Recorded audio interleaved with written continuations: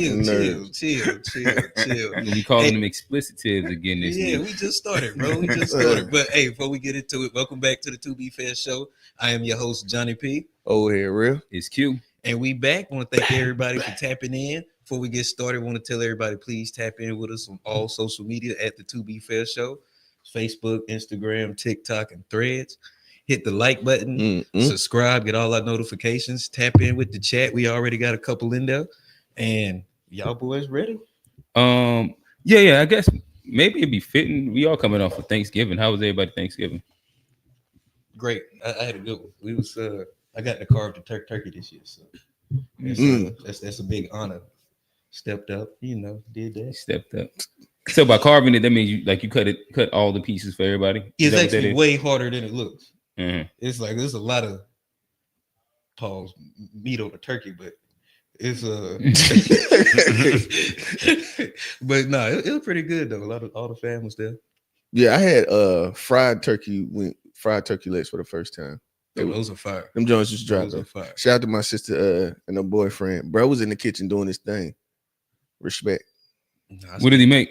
He made the fried turkey bread. I think he made the mac and cheese too, which is very fucking important. And it was smack. No, I dig it. We did. Yeah, we took the year off of hosting, so that was fire. That was like a relief to an extent. So we stopped by Taj's mom, then we went down to Greensboro with Roger and them. And yeah, it was chill. It was a good time, good food. Yeah, I enjoyed it. Outside of that hour and 15-minute drive, but that aside, it was. I drove to Fayetteville, so after that food, but that drive be hell. Yeah, the drive back be the worst part. Now the drive back be seeming quick though. That's always quicker. Any drive coming back, yeah, feels better. Any drive back. Yeah, I had some lemon pepper greens. Jeez, but was they fire? They were smack. They had potential. They had I see. You can see where they were going. I see where they were going. I see. I catch them on. I think they sold a lot, so I might have had that like last little batch. But I gotta put that in the menu. That was fire. Spaghetti and lemon pepper greens. That's a wild combo. I ain't gonna lie to you. Lemon pepper greens. Yeah, that's a I like that sound like a tether combo. If I'm being honest. No, I ain't no tether. I'm full-blooded FBA. You can check the full-blooded. Okay. You can check the lineage. I was looking at y'all seen that video. That video, that woman talking to the girl about experimenting on the mac and cheese for Thanksgiving. Yeah, she was yelling at it. She was an older hot woman. about it. Yeah. Said, do that shit on your time. Yeah, big facts though. Don't be playing with the mac and cheese. That's like a very important dish. Don't try nothing. Yeah, do what you do. First off, don't just try shit on Thanksgiving, period. Anything. Mm-hmm. Don't just try anything. Do what you do. Yes. Just be consistent. We want that same one from last year. That mac and cheese from last year, we want that consistently every year. My favorite meme when they say when you lift up the foil and the wrong person cooked the mac. Yeah. The worst feeling. God, dog. You don't even want it. I'm still gonna put a little try it. You try a scoop on the plate, but yeah, you can't be what it is. Motherfucker might need to be doing the deviled eggs or something. You know what I mean? You can somebody new might can do the eggs, but anything else, the dressing, no, the rice. You can do the rice. You can't fuck up rice. Yeah, you can do the rice. You can fuck up rice for sure, but it's not as important on Thanksgiving. Yeah. Like the yams got to smack. Mac got to smack, greens got to smack. The gravy. You can't. I like a good. You can do the rice, but not the gravy, huh? I said I like a good stuffing. To be honest, me too. That's one of my favorites. But yeah, nonetheless, what's the difference between stuffing and dressing? Dressing? I have no idea. To me, it's all the same. I think it's like the same. It's the same. Okay. But nonetheless, I think that this would be a good time to kind of hop in our pre-conversation before we hit the memes, in which hot topic of the week coming off of Kendrick's GNX. It has been the boy who filed a lawsuit, Mr. Drake, Mr. Aubrey Graham. Hey, calling him Aubrey is just much better these days. Yeah, it's just fitting. It just feels like it fits better. Just calling him Aubrey. Yeah. Hey, Tone, could you go to my save folder? I got a meme that kind of walks through a couple. This might be the first lawsuit. I guess we could probably talk through each one of the lawsuits, and if this makes sense. If it doesn't, so could this? It was more than one. It was multiple. I thought it was just one lawsuit. It's two. Well, it's two petitions for a lawsuit. I know, understood petition. Yeah. So one of them is based around the promotion of Not Like Us. If it was organic, the idea of bots, XYZ. The other one was based on defamation of it was a defamation suit where he said that Not Like Us defamed him and see, that's the one. See, okay, let's get the meme first. Y'all know I can have an emotional take. I get a little hot about stuff from time to time. Go ahead. Is this the one you're talking about? Yeah, it's like 3 or 4 slides. Drake's legal actions against Universal Music Group and Spotify have sparked major controversy in the hip hop community. Is it just about losing to Kendrick Lamar, or is Drake really trying to expose the music industry? Here's everything you need to know. I'm about to do a lot of reading here. We appreciate it. The divide in hip hop. Drake's legal filings have divided fans. Some accuse him of being butthurt over Kendrick Lamar's diss track, Not Like Us, while others think he's challenging a rigged system. A rigged system. I was about to say rigid. A rigged system. Hey, yo. Let's unpack. That's not even what that means. Let's unpack the facts and allegations. Well, Tom, hey, yo. Next slide. Drake isn't suing Kendrick Lamar. While the filings center on Not Like Us, Kendrick is not named in either legal petition. Instead, Drake's team is targeting UMG, Spotify, and iHeartRadio. But why? And what does this mean for the rap battle narrative? The first filing, UMG and Spotify. Drake alleges that UMG and Spotify use bots, payola, and other schemes to artificially inflate Kendrick's Not Like Us streams. Claims include violating the RICO Act, NY Deceptive Business Act, and NY False Advertising Act. Drake says this wasn't just about streams, it was about damaging his career. Drake alleges that UMG and Spotify struck a multi-year licensing agreement that gave Spotify a 30% discount on licensing fees for Kendrick Lamar's Not Like Us. In return, Spotify allegedly boosted the track by frequently recommending it to users, leveraging algorithms and playlists to maximize exposure. Drake describes this as symbiotic business relationship between UMG and Spotify, where they prioritize Not Like Us at the expense of fair competition.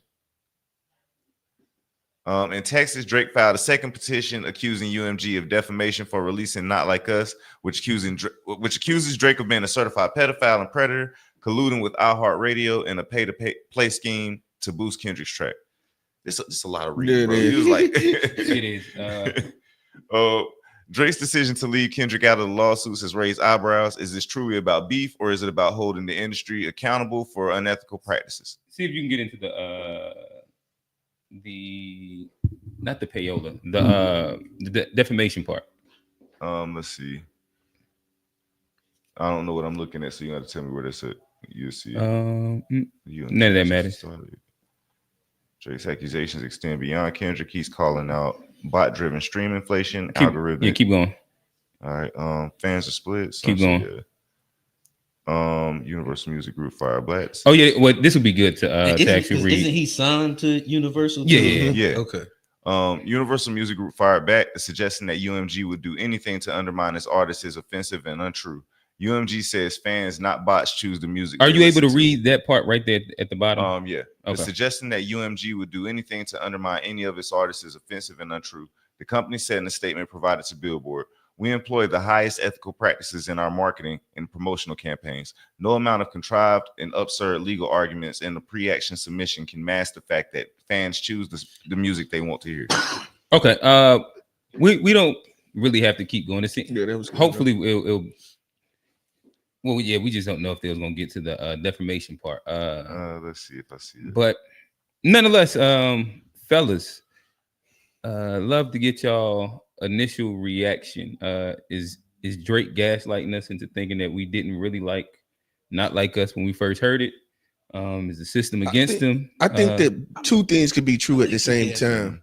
I think that people genuinely liked Not Like Us. But I also know, and we also probably know that that bot thing, that's a real thing.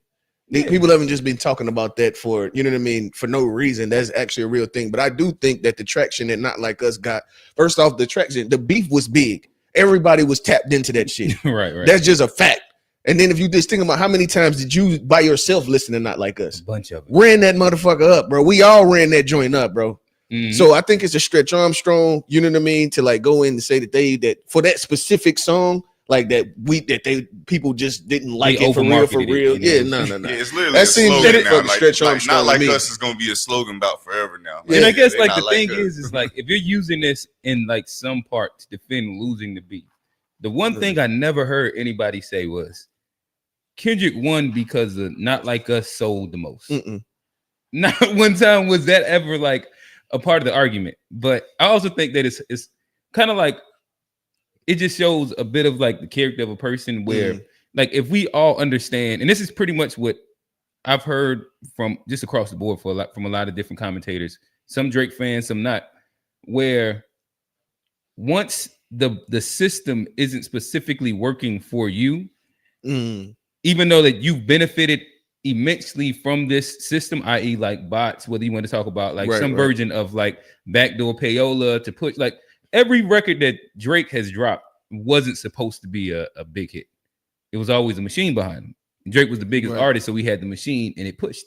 The one time you end up being the butt of the joke, like for example, this is the exact same thing that Meek Mills had an issue with Free Smoke and all that during that beef. Was that the beef. What was the back to back where he was like, bro, it's mad bots. Like when I go into the comments, it's bots. Like y'all running this on the radio, OD, like XYZ. But that joint dropped though. True, but my thing is, we seen organic. Like this was organic this time. Yeah, around. Like, I definitely say this one, like the boom was bigger. But to me, either way though, I think that the reality would be that both of those diss records were promoted.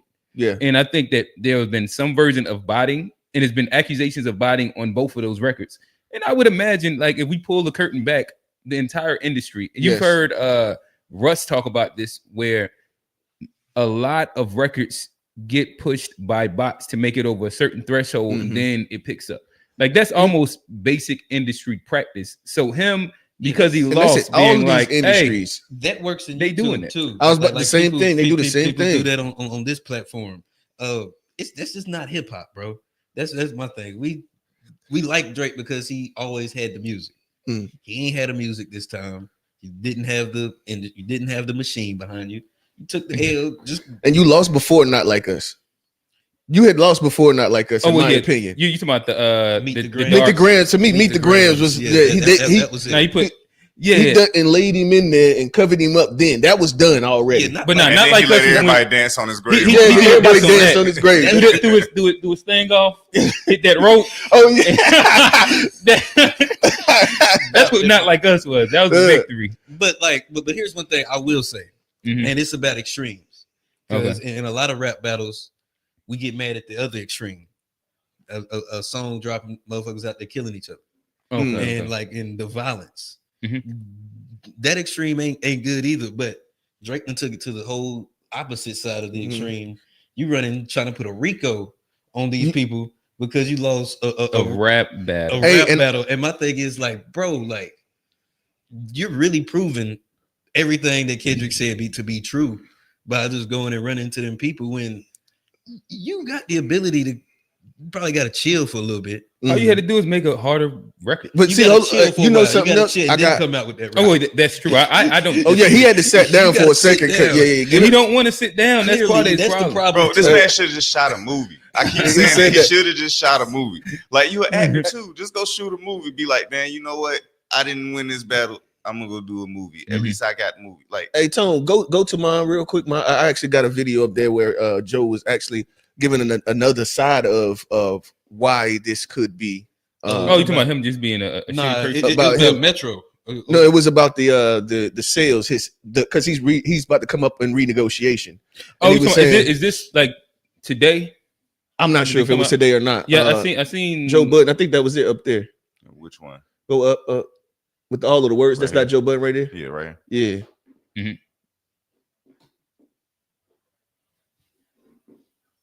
I'm not putting it all on him. It was a marriage. They met absolutely a marriage. It was the perfect marriage, a marriage that we might not see. Listen, Larry Jackson sat there in LA and told me that, and I don't know if I believe it. See, but he said that Drake catalog I saw that.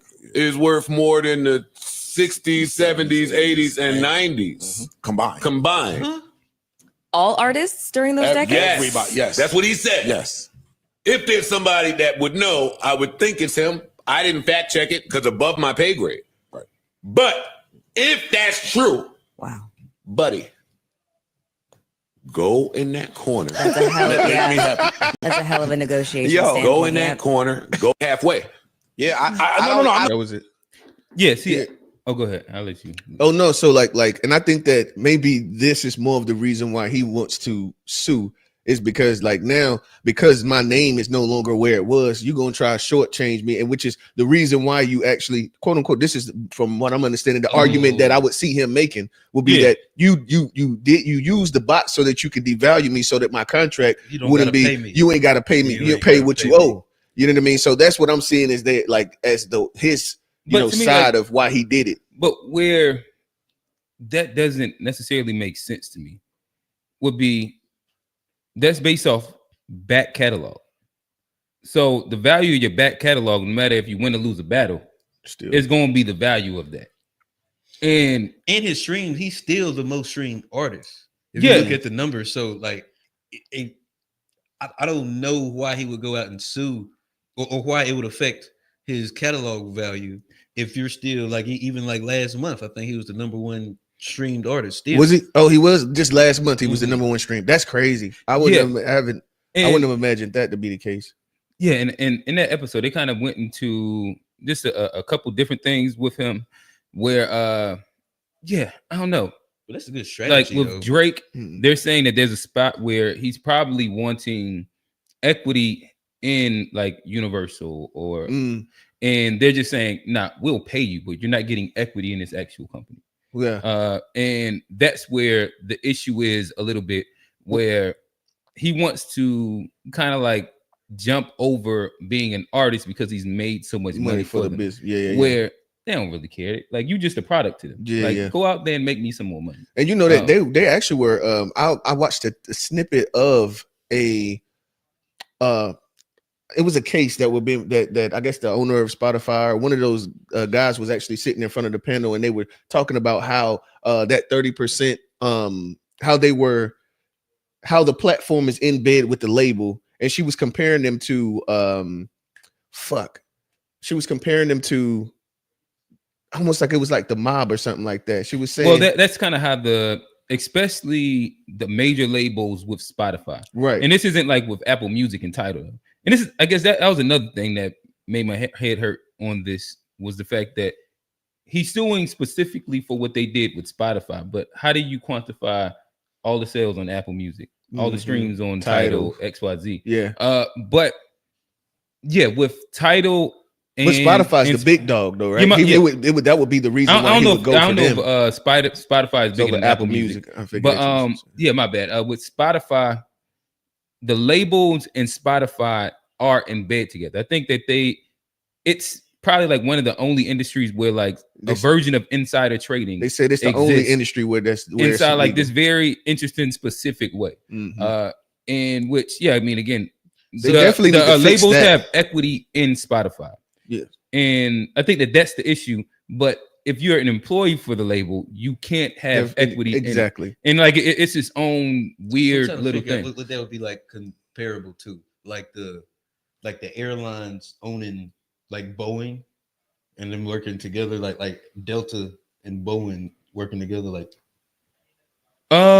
Maybe. Well, I guess you have to put it. Boeing is like the company that makes the planes. They make this. So it would be them having control over the airlines and how much, pretty much like the airlines and the flights and all that, where they make the planes and they control actually the distribution and how they use it. That'll probably be where you use it. Interesting. But yeah, so I think that that's an interesting argument, but I think that was a fight he was already having. And that's where like you can go to the Red Button freestyle, you can go to a bunch of different little things where he's talking about the fact that he wants this new deal to be something that's unheard of inside the music industry. Which sound like it should be something that's unheard of at this point. I don't know. I also think that was hyperbole. Like, yeah, I mean, you got to think that in the 90s. So now we're talking about Usher, Michael Jackson, Prince, R. Kelly, Justin Timberlake. So yeah, like, but then you're going with like the non-black Marvin Gaye, the Beatles. Yeah, that's Jay-Z. It sounds like a stretch up. Beyonce, but you would also look at Taylor Swift. Well, maybe she wasn't in the 90s. Maybe. Yeah, shit, I would. But my that's like. I don't know. It seems like they were sitting at the table and niggas was like, like you big something up bigger than what it is. Just to say that he does stream a lot and he's the biggest. To me, that's what that seemed like. And then it was like you said, it wasn't a lawsuit. It was a petition. Yeah. They're just trying to get information to see if it's true. Yeah, it's like that. He's petitioning to have the judge rule that they have to allow them to know who is behind it. Trying to, you know what I mean? He's that's just a weird thing. I never. But here's my thing: is that legally it makes sense because if you get a lawsuit, I guess there's different discoveries and there's different information that has to be, I guess, released. So that is a difference because I didn't necessarily realize that it was a petition for a lawsuit. I thought he filed an actual lawsuit. So I mean that is a little difference as far as maybe he's not even planning on going through with the whole lawsuit. No, he just want to see if he has a lawsuit to be. If he got grounds for a lawsuit. Kendrick something got to be going on, bro. Like, hold on, wait a minute. My thing is that how many arms did he have? To me, if the right. But my thing is that, like, even if he wins this lawsuit, 9 times out of 10, what's going to be discovered is that same system worked for you. Yes, that's what. So then it still ends up being like, I think he's done the same thing to other artists. I think he's like, the great example was the back-to-back record. Because you talk about the radio, that shit was all over the radio. Yeah, you know what I mean. It was literally the same. You just got Meek Mill, bro. I mean, what the hell was that damn Future Drake record? Drake Too sexy for ain't nobody really want to hear that. Swear I didn't listen to that shit. Hotline Bling was like kind of corny. Hotline Bling is a little debatable. I actually used that inside an argument yesterday, but it was its own special. No, it was. I would just played it in my head. Like, I'm usually not the guy that listens to that. You know what I mean? Y'all know like me. I don't really. But that record did. I played it a few times. I think they could have. I think they could have benefited from it for sure, though. For sure. But here's another thing too that Drake used to call me on my. It was kind of hard, bro. That shit was kind of hard. But damn, I forgot that shit had its own controversy. And then wasn't it from the With, I like the cha-cha. I was near VA every time I seen it. Oh yeah, he the culture vulture. But here's one thing that people don't realize. And Drake got his own radio station on satellite radio. OVO South. Like, I didn't know that. And that's like, it's him. Eminem has one, but all they do on his radio station is play his songs. You think they play Not Like Us on that station? No, so I mean he's like controlling actively, like literally doing the same like with radio stations. You're telling your radio station what to play, what not to play, who you fuck with, and to turn around and sue somebody else for like that's just part of the game. Like the bots and it's an algorithm. It's just like social media. There's a certain algorithm that pushes certain things that they want. And if you're the Instagram, Facebook, Twitter, whatever platform, you have the right to control your algorithm. However, the music industry is an algorithm, and they control it however they want to. And I guess what makes it corny is the fact that he tried to use this to step on Kendrick release one, and then he's using this as like why he lost. I think that even if he waited 8 months. And then he just used a suit against the industry, or maybe prior to the beef, he used this, like he just sued the industry. Everybody be cheering for him because it's like, okay, you're going against like the actual machine inside a way that's not a sore loser-ish type of thing, where you're using it to explain why you didn't win or why, the shit was rigged. And I think that's the part that makes it corny because it's not like the worst thing. Well, if you strip away the bots help them beat me, and just like you make the argument of like it's too many bots, all the streams and take it away from losing. Just talk about the industry as a whole. Yeah, like all the numbers are inflated, right? And let's do away with this bot problem that we have. I think that nobody even goes against that.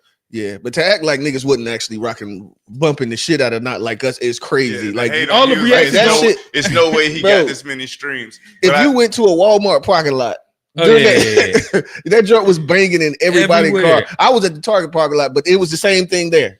I mean, it took over social media. It was everywhere. It got to a point to where, like, a little bit after it felt like you shouldn't have been playing it because it was so, you played it so much, you heard it so much at that time. It was like, okay, I think this is kind of OD. I should stop playing this at this point. Everybody was dancing on his grave. It was tough. It was tough. I guess the other part that to go to would be the defamation part, in which I think that's crazy in a rap battle. One, but then when I was sitting thinking about it, I don't even know if Drake has the best case for the defamation suit in this law inside this rap battle. Absolutely right. Talking about with him benefiting from it as much as he did. No, Kendrick. Not even Kendrick, but really Kendrick wife. Oh yeah. When you think about it, like in this, and all these happened first. You got to think. He said Kendrick wife cheated with the bodyguard. I be with my bodyguard. Like Whitney, like that was insinuating that. He then said that she slept with his best friend.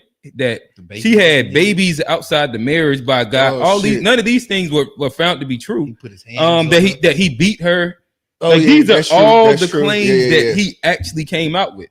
That none of them have been proven to be true. Yeah, but that pedophile joint is a little. That's tougher. That's tougher. Yeah. I ain't gonna lie. Like for and then he doubled and tripled down on the fact. But here's my thing. You know though, is that what? Well, I guess let me land that part real quick. Where to me that is defamation with no proof. The interesting thing about the PDF file angle is that the issue was that there was so much proof in the air that made it really believable. So to me, it's hard to win a defamation suit when you're on video at a concert. Crazy word. Like, was he kissing? I know for a fact he kissed her. He was kissing and holding the girl and kind of pretty much groping her. Yeah, and then she 17. Said, "I'm 17." And then he kissed her again. Yes, that's a fact. I don't know what like you would call that PDF file behavior. Like how her boobs feel. And that's the same. That's the same one. Crazy. And he said it, and then he continued. But then he also had the text messages with the Stranger Things girl. Yeah, the Stranger Things which, girl. Like, as a grown man, texting her about boys. We're gonna box. If that's my daughter, we're boxing. Right, but my thing is like, period. Whether he actually engaged and acts with them, those behaviors are PDF file related, facts, adjacent, or directly that. Yes. Like, and that's what I'm saying. Like, it's hard to do defamation where they could just pull these things and be like, that shit kind of weird, right? What did he say? Keep your sisters away from him or something? Yeah. And then what did he have? Like, he had his piece leak on the internet that he leaked himself. like he was doing mad freaky shit for no reason. Hey, Drake. He killed that, bro. No, but that's a fact. That's a fact. See, Kendrick using that to go with was just genius because it's so much things that the foundation was already set for that. That was an alley oop. Really, Drake really threw that oop for somebody to slam, bro. Yeah, he threw that when he lobbed that. This nigga just should have went and did a movie. I seen it. Like I said, he should have just took a year and a half to 2 years off, bro, and just came out with like an album that the most unexpected random release album. You know what I mean? He just posted and take a fucking break. Didn't make it about any tough talk. Like you just rapped your ass off, redid like your come up story, and exactly. Niggas would have fucked with it. Yeah, give us a say what's real again, and you know what I mean. Give us some shit, some real, like some record. That nigga too far gone. See, that could have been the album. Too far gone. That could have been the album right there. He dropped Unexpected, Too Far Gone. He talked about how he got over his head with like ego and shit like that. And he came out transparent. Like I think that humbling himself. You know what I mean? Give us that introspective. That would have been fire. That's the angle he was supposed to take for sure. Mm-hmm. But now, you take a year or two off. And did a movie. He needed to play a drastically. He needed to play a drastically different role than his real life person. I wouldn't give a shit. I agree with that. It would have helped him. He just played. Oh no, that would have helped. Yeah. The movie comes out of him being like a sincere, you know what I mean, person, and like you and being the good guy and saving the day type of shit, and then he come out with the Too Far Gone on the back. Yeah, you done came back, bro. That's the Will Smith. That's the like you gotta go Will, big Will style. Hey, Yeah. Drake's team, if y'all listening to this, we need to get paid. We know y'all be watching. Yes. Y'all's team call our team. We'll put it together. We'll put this play together. We are strategists for hire. Consultants for hire. Music consultants. So Hey, but hold on. I did see one video where the dude broke down the lyrics in Not Like Us. Mhm. And Kendrick never came out and made any accusations. Like, I hear you like him young. And he broke down like the wordplay on how Kendrick did it to where there's not really a true defamation case that Drake has against Kendrick. Now, maybe if you say I'm looking at it now, it's more about the label. There might be something there, but as far as he wanted them to not release the record because it defamed his character. Kendrick, but it's like, bro, y'all are literally in a rap battle. You had a whole rap song that talked about him beating his wife and his kids wasn't his. So that man drop and give you 50. Like, come on. But he said, "Is it Dave Freeze? Because if your BM favorite baby daddy is your whatever the hell he was saying." It was like, bro, like, how do you do that and then get mad when somebody talks about the videos we seen online? And then he tried to, with the lawsuit, they said he left Kendrick's name out of it. So like you're trying to, bro, you named the song exactly. But then, like, to every Drake fan, how do you now say that he didn't lose? He's admitting defeat. The shit was so bad, it defamed my character and I lost deals. No, that last record, the last record he dropped was a admittance of defeat. That it sounded like a, you know what I mean? He was going out bad, out, man.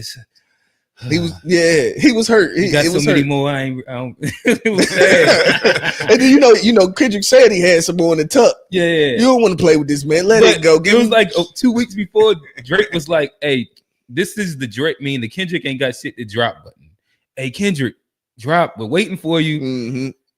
As soon as he did it, it was like, "Oh, this shit's worse than I could have ever imagined." Time out. Shit got dark. Time out. It got dark. Okay, I guess this would be a good time to. I guess we could hit the Kendrick side of this conversation. If you go to my whatchamacallit. You want to do the comments before? Yeah, we can. Let's do the comments before we move over to the next one. Real got to tell us something too. Oh yeah, hey, y'all know I always stand where I stand, bro. I ain't scared of smoke. I smoke wet cigarettes. That's good. Well, it's not good. We gotta get you. It's not good. I'm trying, bro. I'm trying. The vape's making me cough too much, bro. Fuck around and cough up a lung. Difference between stuffing and turkey, real quick. So I'm addressing real quick before we get back to the Drake.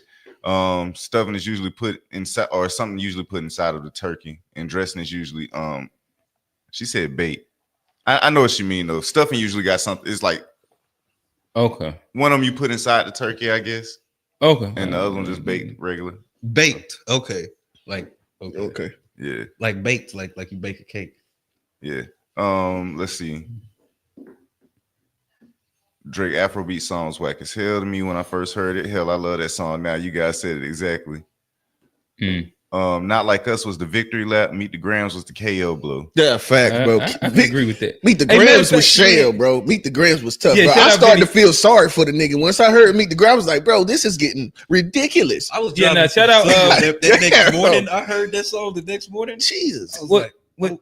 Yeah, was you on the live with us when we? I started my computer. Like I was there for like the first song. Yeah. I think by the time everything dropped, I was off. But I went back and listened to it. That was an amazing night. Video actually was on the little panel that we had where we were talking about who was winning, and then Drake dropped, and then we was like, all right, let's re-listen. Then we get the message Kendrick dropped, and that's Meet the Grams. And by the end of that, everybody was like, "Holy shit!" God,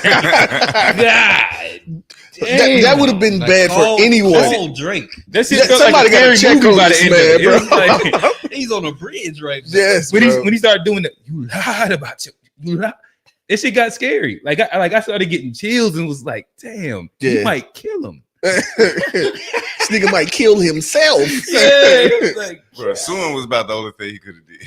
bro. You can't sue like, because then we all know. You know what I mean? He either had If to he could sue have done or it in call the one of them dark, Chicago boys. bro, he got his ass beat so bad he had to press charges, bro. I'm pressing charges. That's the equivalent, bro. Like Pressing he charges. started the fight, but he was like, "Nah, I said timeout." He kept beating my ass. So, no, we said we wasn't gonna stomp we each said we other. wasn't gonna stop. No we said stomping. we wasn't gonna hit in the face. Oh, you got hit. You got hit. Yeah, definitely did. Oh, damn, let me see. Drake is a fabricated artist. I started tuning him out when I heard he had ghostwriters. He is really a pop artist and not a rap artist. I'd agree. Cool. Drake is trying to be the king of pop. MJ owns Sony. He wants to own Universal. He needs to make another great pop hit and go on tour. He can't make nothing right now. Everything I hear from him, I'll be like, man. He need to drop an R&B album again, bro. I don't want to hear him saying I fucking hate for to us. sing. Like if you trying to get his pop audience back, yes, probably. Yeah, it's like Him everything singing. I hear. I just Never mind. That was gonna be something to wear. Like, What's your boy? Now I was about to say next him button. singing sound like Q, homie. everything I hear from him now, I just got to hit the You know next what I'm talking button. The next button. Be like, yeah, it's hard to listen. Be like, like, I just can't hear it the same, bro. I feel it. I think you're talking about Brent Fayez. There you go. Bro, he got to bring up the Brent Fayez. So I'm saying like that's the same genre of singing that they do the same one. Like Nah, they're not the same. it's like genre. At all. they do the same one. It's like nasally and like not really like the singing for real, for real. I'm just saying, bro. That's what it reminds me of, bro. Oh man, It's a terrible Brett Fayez take. It is, but That's a terrible take. that's not one to engage It's with. similar. It's similar. if they use bots for Kendrick, which they didn't, they definitely have been using bots for Drake to blow him up. No, Oh, hit our homeboy Ron Dwan. Oh, I got you. Okay, got you. Writing the greatest timestamp of his career was the only way out of this hole. He ain't do it. Yeah. I'm mad he dropped the 8 a.m. in Charlotte this year too. That was this year? That was earlier this year. Man. Oh man, I really can't believe some of the comments. Kendrick can't even come in the same room with Drake. Kendrick can rap but not sing. Drake does both. Listen with the same ear and do the breakdown with the lyrics. Yeah. All right. So well shout to Love. I can't see the first name. Free love. Free Love. Shout to you. We appreciate you pulling up. I'd say terrible take. Yeah, I ain't I really was about to say that sound like a bot. But we love you though. We love you though. Yeah. We just disagree wholeheartedly. Drake can take a song and sing it or rap it. Yeah. I don't want to hear that nigga sing. That is something that he can do. I don't think that you're saying a lie. We just don't care. Yeah. I don't want to hear him sing, bro. Yeah, I think that's pretty much where that comes in. We're not necessarily the biggest Drake can sing fans inside this room. See, but I be when he getting tries to hot rap inside a serious way, we do respect that part. At least I'll speak for me. I think that when he attempts to rap really well, he can rap really well. And then he dropped a little pack where he went back to rapping. Didn't he hear recently? When it was like he did two side with something with that was no, not that. You talking about previous that was Red Button Freestyle. He had a track with Cole. Yeah. He had a little pack. It was the deluxe. That's the shit that started this shit. That shit was cold though. Like that to me, he was rapping. Like I appreciated hearing him doing that. Like I'm not the guy that likes the pop records. I get him, onesie, twosie, but like let's not make this like. Are you a hip hop artist anymore at all? Like that's kind of I like hip hop. I don't like pop. Yeah, but they onesie, twosie, me. You know what I mean? But like, yeah. They say that's where all this shit started. Like that project, because that's where it's the Big Three comment came. He had the Pluto. What would Pluto do song on that tape? That's where a lot of this shit started. But that started before that though. Huh? But that's a different project. So he dropped its own isolated thing. You're probably talking about maybe is that for all the dogs? For all the dogs, yeah. So he dropped a small little pack. It was like four. It was like four. So I think it was a deluxe. I think it was right. But what he's talking about is this own small pack that he dropped that had nothing but boom bap.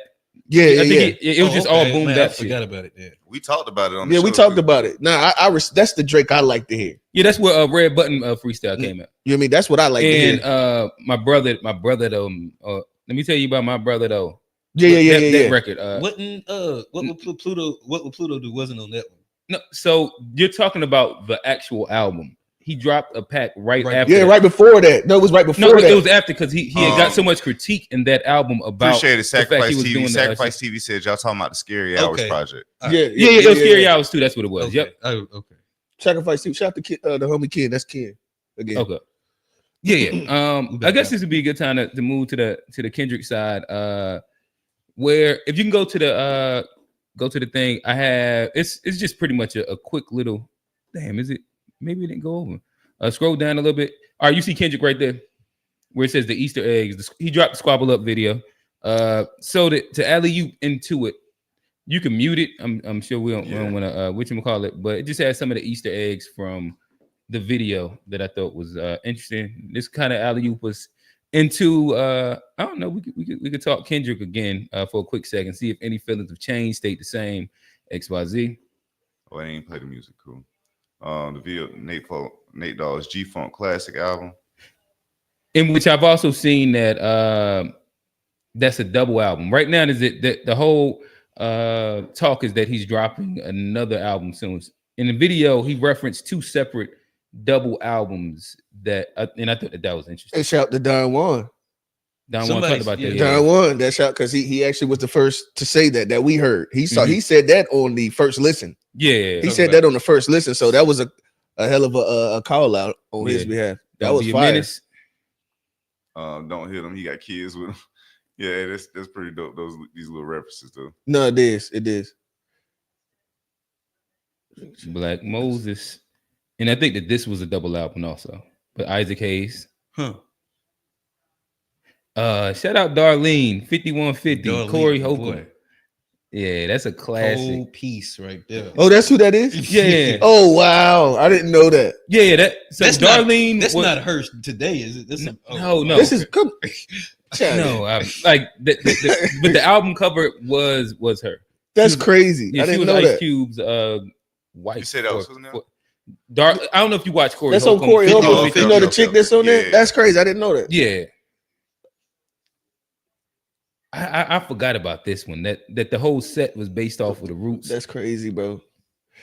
Bro, Kendrick just different, bro. See, he's the type you gotta leave this nigga alone, bro. You can't play with a nigga that does things like this, bro. Right. You can't because it's like, bro, he could dish you, and a year later, niggas still be talking about some new Easter eggs, bro. It's like, come on, bro. Like, come guess on, what bro. else he said about Drake? Yeah. Did you hear the ad lib? The ad lib was actually saying this if you rewind it backwards. And then, like, come on, bro. You gotta leave that man alone. The Scrabble I'll guarantee you that Scrabble shit probably say something important too. And see, that's the thing. God, yeah, I'm gonna go back and read that. That's crazy, bro. And I think that he did such a great job of like just having pieces of the culture. Who the fuck all does throughout this? It's got to, bro. Like recognizable pieces of the culture. Who the fuck does this?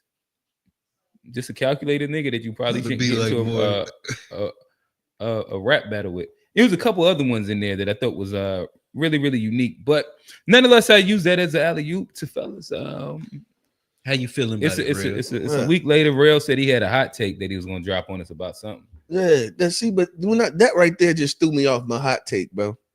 Kendrick, bro, leave this man alone, bro. Nobody else is going to try this. I guarantee you, this is the last time. Nobody's going to try this, bro.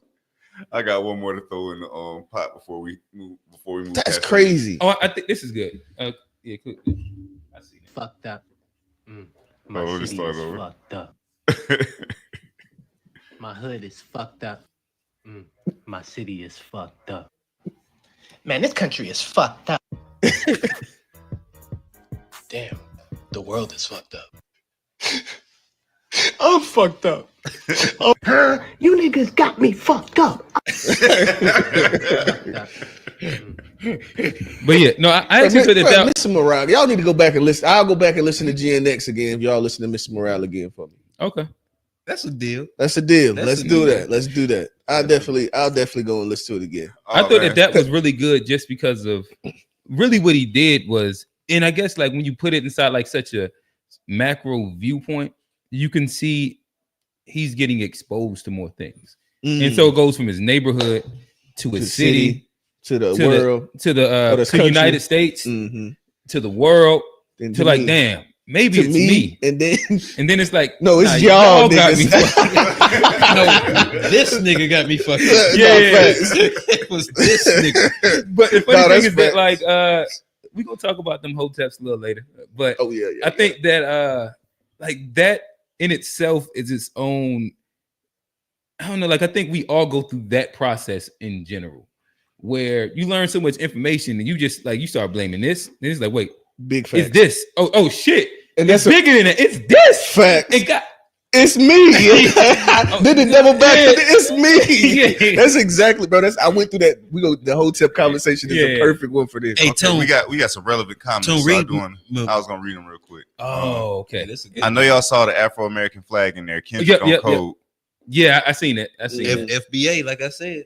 Yeah. Oh, he said on code. Okay, Yeah. I thought he said on We all code. indigenous. I knew that the guys was gonna love that one. Yeah, that's what I To me, Scary Hours 3 was admitting for all the dogs.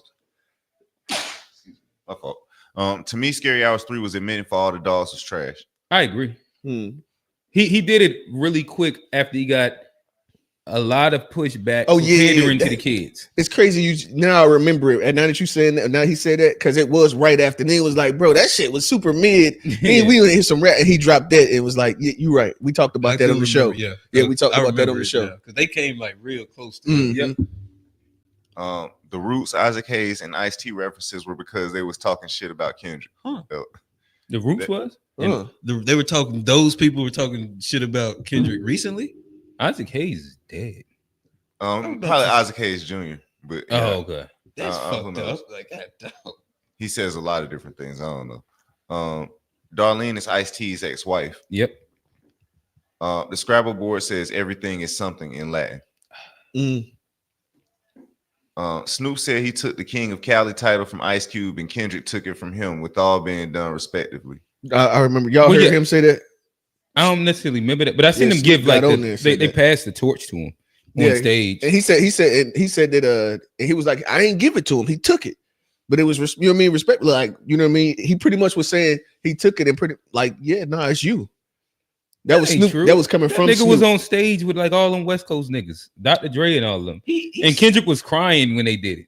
I remember that. All I'm saying that Snoop said that that he took the crown from him. It was the edibles.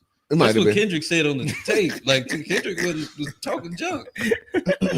He said, "I hope it was the edibles." I hope it was the edibles. It was the edibles. And Snoop Dogg came back and said it was edible. He said, "Nah, bro, I it see was some- the edibles." It was. He's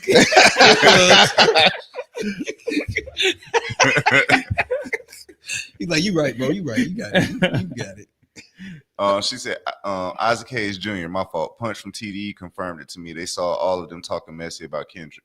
That's a funny way to like. You still make it about the culture, just to highlight the niggas that was talking shit. That's still fire in that. It's Kendrick, bro. Yeah, you got a Oh, Kendrick to the pick you album. wanna, yeah. you wanna give So us. I didn't. This is I'll tell you. So I went over there and chopped it up with Dave yesterday. Shout out last night. Dave. Shout out to homie Dave. Not David Walker, David Foster. From last week's episode, if you ain't watched last week's Yeah, episode, right there. It was right there. That was not David Walker. Mm. But I would have chopped it up with Dave, and he was talking about how he listened to the album over and over, and he said that he had because we compared it to Damn while we on last episode, and he was trying to see where he actually placed it. He said it was Kendrick's best album. Okay. And so me, you know what I mean, I called Cap. You know what I mean? I called Cap. And so what his whole argument was like, it's based on the fact that if you go back and listen to pretty much exactly what that meme was, you can see where the evolution of his thought process is. And the fact that he didn't have step lyrically on the John, the production was good, and he's still being consistent in that evolution of his mind. He said that makes it the best album. Okay. And I respectfully disagreed. I understood what he was saying. He's saying, you know what I mean? That makes sense. Like I like Mr. Morale. So for a person to make that their argument for it to be the best album, I'm like, okay, well, I understand what you're saying. But when I think of best album, it goes up there with the best albums to me already. You know what I mean? Like albums that I fuck with. It's not just comparing you to yourself. Does that make sense?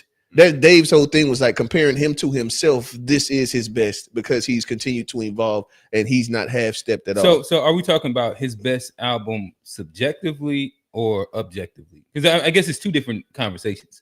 Where if he's saying that to him that's his best album that he enjoys, then it's kind of hard to debate that. Yeah. Or is he saying that objectively this would be his best body of work, and so then you would want to compare that to like say a Reasonable Doubt or I don't know, late so registration. I went through, so it was objectively the way, because I wanted to make sure I kept pulling, you know what I mean, the conversation going, so I can make sure I understand where you're coming from with it. Okay. And so it was definitely objective, and then because he had actually started talking about, so I asked him, I was like, okay, so which Cole albums do you think this is better than?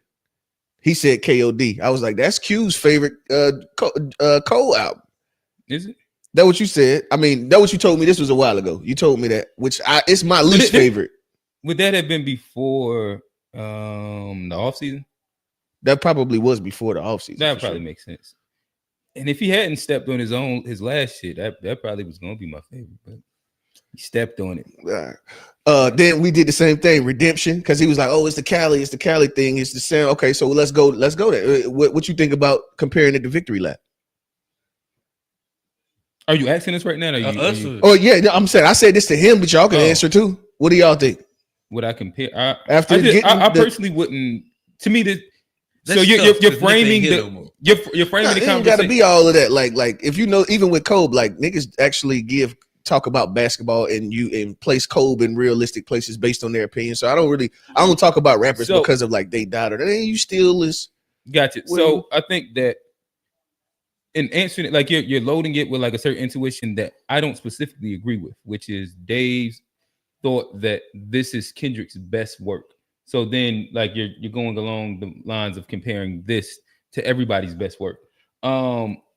So if I'm just comparing this directly to Victory Lap, I have to go back and listen to Victory Lap again. But on its face, I probably put Victory Lap in front of this. I got the hard copy of Victory Lap, so bitch. But I need to get a vinyl. Well, yeah, I'd still probably put Victory Lap above this. I'll say, but I don't put this as like Kendrick's best work. I think that this was a needed work inside his discography. It might be like one of his most important bodies of work in his discography. Just because coming off of Slaying the Dragon. Somebody, go ahead, my bad. Well, just like because it's so different from any of his other sounds previous to this. So like this is one where he's almost like for example, in Jeezy's catalog, I think that Recession is a good it's an important body of work inside his catalog, even though you might not say it's his best. But him being able to jump on those beats and do what he did it's important when you judge his catalog in comparison to, let's say, a Gucci, where you haven't seen Gucci be able to step out of there and actually do that. Then you're able to rate and judge their discographies differently. Okay, I can accept that, but yeah. So yeah, I tried to let Old Head Senior hear the I want him to hear the Pac record, Reincarnated. Because I remember from the first listen, I was like, it caught me. I was like, nah, this shit is tough. I started to play it for Old Head, and I'm like, damn. So, because Old Head not gonna connect the dots, like, you know what I mean? Him talking to God, he's just listening to it more of was he a different ear? A Tupac fan? Yes, big Tupac fan. Big Tupac fan. Okay. And as I'm sitting there listening, like at first he was bobbing, and this nigga stopped bobbing, and then I'm sitting there listening to it. I'm like, fuck, what's the reason that I put this? So like, which record would you put on for somebody to be like, you need to go and listen to this? Is it the Not Like Us 2? I don't know the name of the record, but I just call it that. Well, to me, I think it just really depends on who you're playing it for. One of them ones. I like the one Mike record, the one Mike sample. Man in the Garden. Yeah, I like that's my favorite record. And I'll tell you, my dad, he sent me his list. This is before we reacted to it. And I know like what his favorites was. His was Luther, Reincarnated, Heart Part 6, and Gloria. Gloria is tough too. So like I could see Gloria being one that he probably would like. Maybe Heart Part 6, but like you would know your dad's taste in music a little more. Like so for me, I wouldn't play TV off for you if I was trying to get you to listen to it. I'd probably go with the intro. In comparison to like I like Johnny, he likes some of that Bay Area sound. So we might go with Hey Now or some shit like that. because it's a bop. It's a vibe. I think it really depends on who you like, and then like a female, you're gonna play Luther, or you're gonna play Gloria. what is that Gloria? No, Dodger Blue. You're gonna play Dodger Blue, or you're gonna play Luther. When it comes down to just like a vibe, and you riding to. I think that this one, like it to me, it's just it's a better version of Damn, in my opinion, where he made bops and he made songs, and then he has rapping on it, and it addresses a thing. Yeah, I'm like I said, I wasn't enticed to go back and listen. I'm not a guy I'm not a person like if it doesn't strike me on the first listen, I don't care to make myself like it. You know what I mean? So like I'll listen to something if I don't like it early on. Yeah, I ain't gonna. It's not that serious to me. I got plenty of other shit that I currently like, and I only really listen to music in the car. So like I want to go to the go-to shit that I really want to vibe to it because I don't. You know what I mean? If I want to catch a vibe, I want to know I'm catching a vibe. I don't want to maybe the motherfucker. You've never like given something a second chance and it be more fire than it was that don't. Yeah, but I already liked it. It was good, and then like it became great afterwards. But I ain't never like oh yeah, I didn't really like that shit, and then just put it on again to try to prove myself wrong. I don't do that because it's too much out here for me to give a fuck. Like Migos was like, I ain't really like them when they first came out. I ain't never listened to no Migos album. Oh no, I did. I did. What was the one with just single? I like that. What's it called? Not the word 17. That album was actually fire. Was that Culture too? Yeah. I think that it was either Culture or Culture I too. can't remember. Like that one, the entire album. Yeah, they turned me off. It was just the women I was around at the time was listening to that, so I couldn't help but hear it. But yeah, the fact that they called it Culture, that turned me off as well. They from Atlanta, bro. I don't give a fuck. Like they got way more culture when it comes to hip hop. I don't care. Like I didn't never consider that our culture. Mama. Listen, I don't care nothing about what they album. You're a rapper, bro. You used to rap. Like, yeah, that's the mecca of like. But I don't care about all that. Like to me, the culture is bigger than just bops. Like nigga, what are you talking about? There's some productivity to the culture, isn't there? Don't you believe that? Yes, I ain't saying they represent all the culture. So that's what I'm saying. It turned me off for them naming this shit culture. That was automatically a turn off for me. And I wasn't like I was like, well, I listen to it, bro. I'm the nigga that like you be like, oh, you missing out. Why you ain't try to such and such? You missing out. I don't feel like I'm fucking missing out, bro. You all right, bro? Good for you.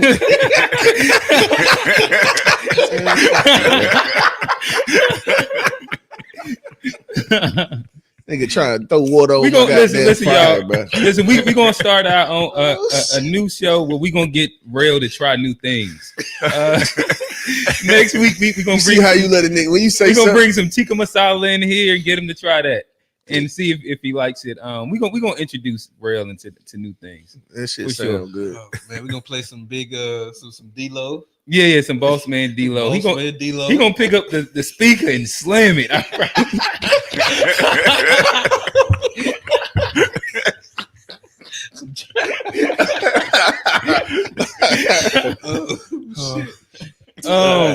Man, where we going, bro? I don't know.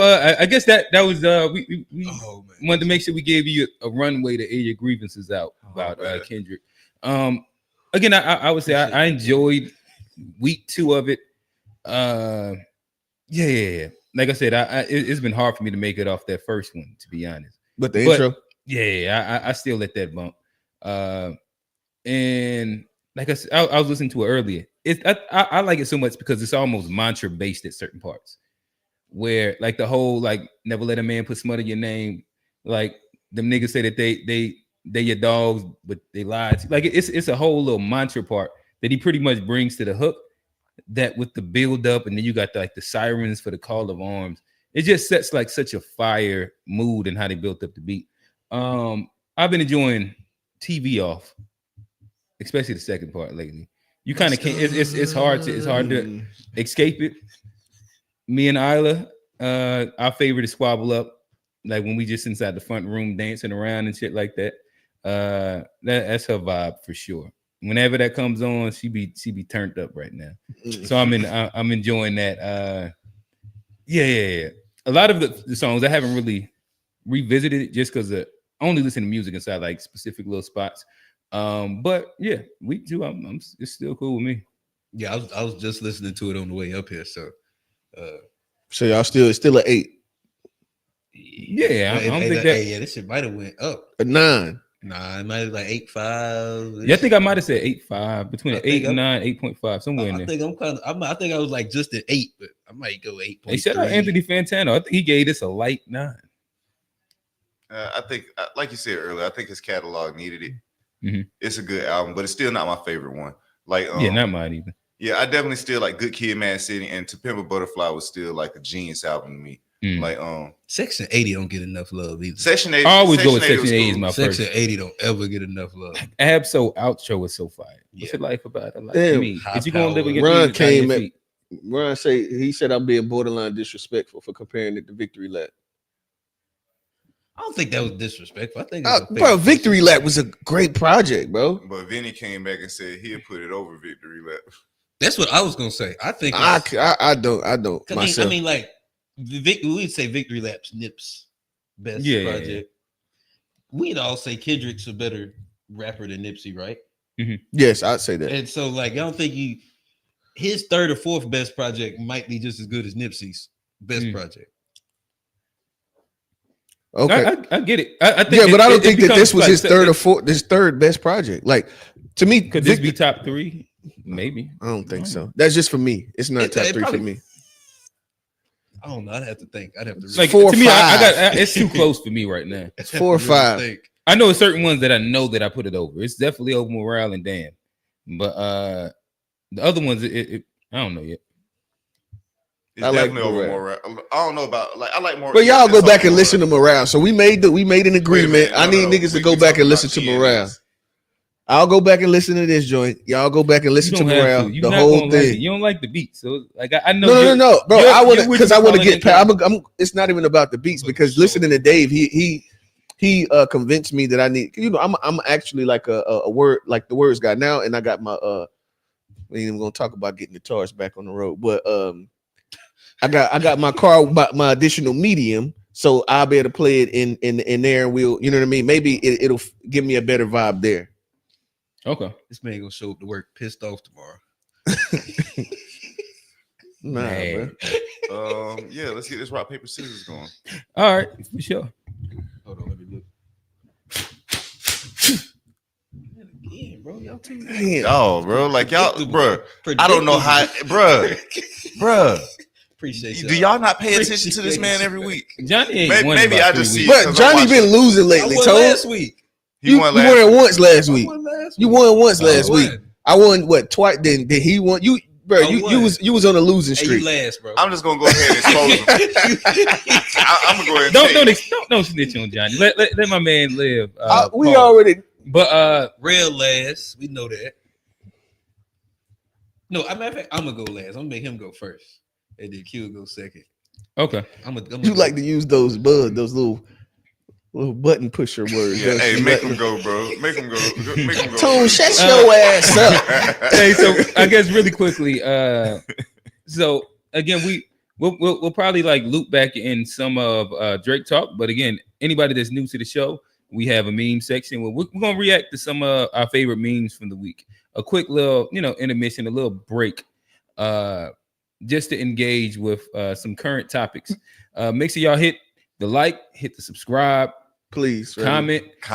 We're gonna read the comments. So we'll hop back on a little bit of the Drake conversation when we talk about giving flowers or deserving flowers, or I don't know, that conversation can go anywhere. Yeah, but and we got the Hotep conversation coming up. Yeah. That's gonna be fun for sure. And I think Johnny got a good one. So nonetheless, with that said, let's get to it. All right, Tone, give me Think Tree. It's the black dude with the black cap on. Said shift leader started roasting bull. My boy Nav. Oh, my boy Nav. As soon as you said shift leader, I know what you're talking about. Shift leader, bro. Niggas calling me, hey, Nav, can I get off today? Today my birthday. Nigga, fuck your birthday. Your birthday ain't as important as a motherfucking fry being dropped. Nigga, you is 43. You had 42 years to celebrate your birthday. That's true. Now that I'm the shift leader, nigga, fuck your birthday, nigga. You bring your ass in, nigga. And like I told you, nigga, don't a fry get dropped unless I say so. So all you niggas dropping fries and having people fries cold, I'm firing your ass. I'm not playing, man. You niggas gonna have to step it up now, man. And then niggas, they come to me, now show me how you did it. Show me how you did it. No, nigga, just watch me. I'm showing you how the fuck I do it, nigga. I come in here 30 minutes early. I leave 30 minutes late. Not because I want to, but because I have to. Because I'm dedicated to this shit. So I said, if you want to be in my position, if you want to see shift leader, Larry, do what I do. You can turn it down. I walk by faith, not by sight. This nigga is stupid, bro. I give God the glory. Because this niggas who been. You know, that was funny. And then it got to a point to where it was like, damn. Do you know, it's like, I know when I was younger and I had my first fast food job and all that, I took that shit serious. When I was in there, I was actually like working. Like we wasn't in there listening to motherfucking whoever you want to talk about with all of bro. Like these kids do not give a fuck about your food, about helping you. You know what I mean? At all, they don't give a fuck in the establishment. Well, I ain't gonna lie. I only took it as serious as I had to take it. Even when I was stealing, I was doing a good job, but I was cuffing a couple quarters, but I was doing a great fucking job. Well, I think we passed it like the statute of limitation, right? Yeah, we way past the statute. Okay. All right. Well, he was stealing. You was too, nigga. I don't know what you're talking Tone motherfucking ass was too. Hey, bro, don't be putting my name. Niggas just want to act innocent. Like I don't know. Nigga trying to indict niggas. I said this nigga on the stage going crazy. We just said that it was past the statute of limitations. That man acting like Drake. Yeah. That nigga just started wilding. You. No, y'all niggas don't act like I was the only person, and I'm sitting here knowing y'all niggas the whole time. He was stealing too. That boy. You know what Real just did? Hey, they got us, y'all. Hey, all y'all come out. You behind that car. Hey, bro, go ahead and get up. Yeah. Hey, get out the bush, bro. Nigga, they caught you, nigga.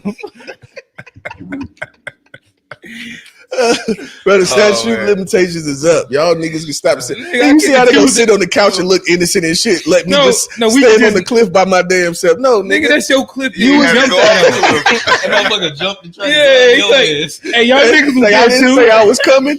Hey, nigga, you stand on your own shit. But yeah, nah. That was funny as hell. Where we going from here? Let me see where I want to go from here, bro. Give me Future, bro. I thought this was pretty funny too. Each second from the bottom. Run, man. Jacques writes in and said, "Did Sierra make you wait the way she's making Russell Wilson wait?" Never. You said that shit with confidence. I don't know that situation. He could be. I don't know what it is. Well, you know, they announced last week that they weren't having sex. That she was making him wait. He might announce that just for the sake of just saying that. Right. I believe so. Never know. He said God told him to leave this woman, and that's what they doing. And God didn't tell me. God didn't tell you. What God told you? God told me something else. He didn't tell me to wait. I guarantee you that. So we prayed afterwards, though. after we did it, we prayed. That's a true story. Word? Yeah, man. Really? That was what really got me. I'm like, man, she praying with her. Like, ain't nobody pray with me. Wow, that was her idea. She said, let's pray afterwards. Yeah, let's pray. I was like, whoa, this is blowing me away. Wow, maybe now that would sweep me out my foot. You know, I know how to pray after sex. Wow. Well, maybe now because it ain't work out, so now she's making him pray before sex. Exactly. Run, man. Jacques writes in and said, exactly. Yeah, let me see. Hey, that'd be crazy how like the nice dude be having to wait and shit, like extra time. And the nigga that shit was feeling like, bro, just get the pop, bro. I feel sorry for y'all niggas, bro. So which one are you? Well, I'm married now, so but before I was not the nigga that had to wait. Oh, so you was popping first night? If I wanted to, I did. Literally, for me, it'd be like I had a couple of times where they'd be asking like, "Why you didn't do nothing?" Y'all had that? Yeah, it's been a long time. See, the nice guys, they don't get those kind of questions. Your ass was gonna wait anyway.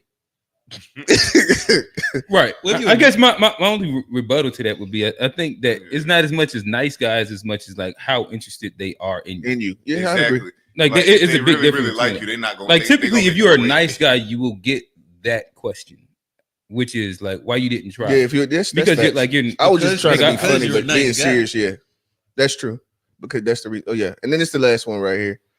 Go to. Let me see, what was this one? Oh, just go to the last one. I'll end up on the funny one. Does mama have a monkey, and is it true that it eats bananas? Huh? What she said? It is true. Your mama has a monkey. And yes, she does eat bananas. Who told you that? Mama. You got a monkey? Yes, I have a pet. I have a pet monkey. You get a pet monkey? You can have. When were we gonna meet this pet monkey? You're not. You'll never be.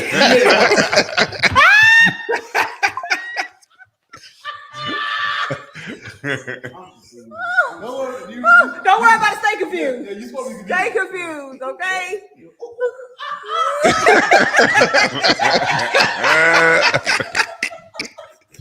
You're like, can I pet that dog? I'm like, can I pet that monkey? That dog. Does mama have a monkey, and is it true that it eats? Oh, And is man. it true that it eats bananas?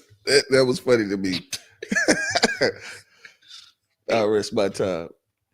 Okay. Yeah, you know what to say about that. Yeah. Could you go to mine and just hit refresh? Well, if you're not there yet, I guess it'll be what it is. Wait a minute, how did you come off of yours? That's my bad, Q. I had yours loaded up. Unc said, damn, bro, you a YouTube snitch. He started pointing too. That was a crazy thing. He didn't just say it with words, it was hands. He said, That you and that you. nigga. I was like, God. Johnny looked like an old thieving ass too. I just didn't know him back in the day. Them niggas was stealing. Yeah. And even if God I was, y'all wouldn't know. Hey, Well, Q, smash get the that statute gun of from under the seat too. They might think it's mine. That's real. You're trying to kick niggas. Nah, Tone, let them know it's your weed. Don't even Oh Don't no, even I don't, put that on me, dog. I don't even smoke weed It's under like the that. passenger seat. Go ahead and get it out my glove compartment, bro. hey, no, I ain't gonna fraud. I had to have a conversation with a motherfucker back in the day, riding with the homie and shit. I was like, before I already knew you had it in. We gonna go, but this your shit. This your shit before we even pull off. We gonna have an understanding, nigga. This is your shit. Mm-hmm. So what would have happened? What if he didn't say it was his? Telling. Oh, I would have said it was his. What the fuck you mean? I already told you. I already told you that Nah, it's yours. that- I'm a nigga that's gonna be straightforward with you. I'm Like a literally, civilian. I ain't playing by them rules. like nigga, I got That's too fair. much to lose. What the fuck is you talking about, bro? You out here doing this shit, nigga. I got too much to lose. You the homie. You know what I mean? You need to ride. I need, yeah, Otherwise, exactly. You need to ride in your old car. Exactly. All right, you hit the first one. I think that this is shout out T Money. He'll call in every time. I mean, every once in a while. I took this off his page. So yeah. Walk away from a good man. Talking about, oh, he wanted to go half on rent. He wanted to go half on. Like, you know how fatuous and inane that is to say he wanted to go half. First of all, you are responsible for 100% of your life as an adult. 100% of your problems, 100% of your bills, 100% of your stress. And you mean to tell me you had a man right there like, I'll take half of that from you. And you was like, that ain't good enough. I want you to take it all. I don't want to have no responsibility as an adult. And that is financial abuse. And that is feminine manipulation and abuse. There's women out there that will walk away from a good man. I don't know. I'll toss it in here. See if there's any. I just knew he was gonna be like real. No, I mean, I think that's like if somebody's not willing to meet you halfway, that tells you a lot about how they feel about you right there.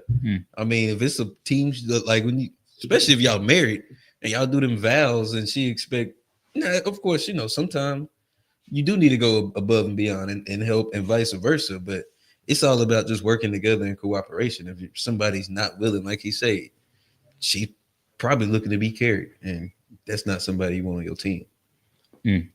Yeah, I agree, and but I also, this is something that I believe. I believe that as a man, and I can't say for every man, as a man, even if I couldn't be the sole provider, I would always want that to be my aspiration, to be able to make enough money to where my wife ain't got to go and check in somebody else's job, where when I get time off, we can just go. We ain't got to ask your boss man and my boss, you know what I mean, to make this shit go together. No. I would love to be in a position to where I can do this shit and take care so that you can, you know what I mean? You can start your business.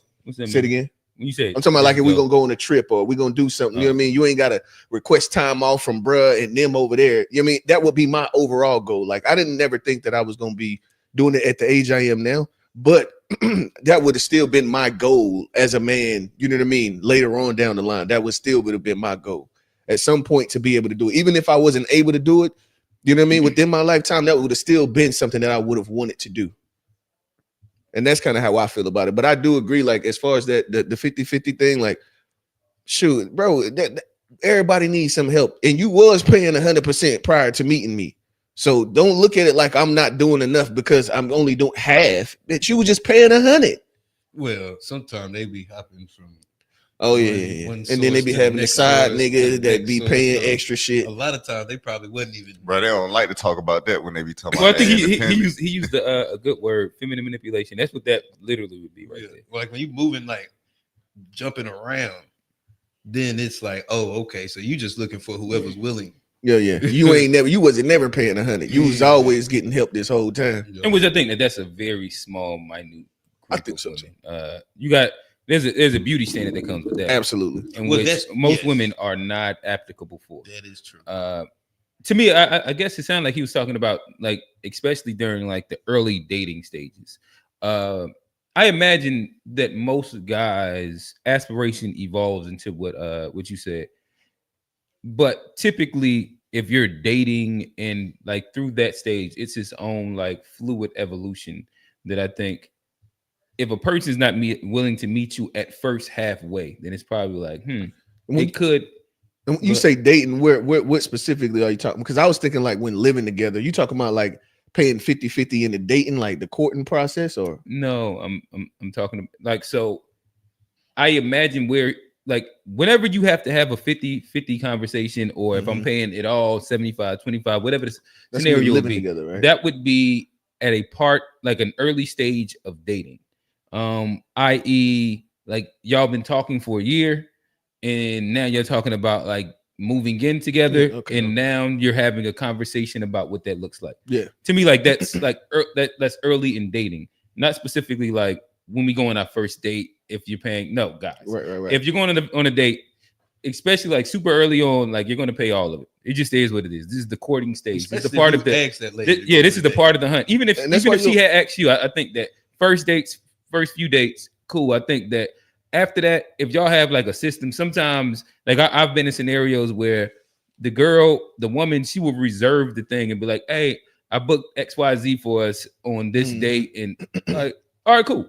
I think that's fire as well. That is fire to go ahead and like make it so that you already paid for it. Because if you ask me, I'm gonna say, "No, I got it." That's just naturally me. You know what I mean? My entire that's how I always was. So if you go ahead and, "Oh yeah, I got this for us. We're gonna go and do this." Now that would have been fire. Like you would have climbed the ladder. You know what I mean? Yeah. In priority for sure. That's something that I don't know how many women we got in here, but that's a fire move to make. Because as a dude, we naturally gonna wanna, you know what I mean? Yeah. In which I mean, let's not get up there and they ask who's paying, and then I'm not gonna look at you. If you look, you know what I mean? The fact that you look, I'm already gonna be with my typically card. that's usually how it works. I think that when dating, this is at least how it's kind of happened for me over like maybe like the past few relationships.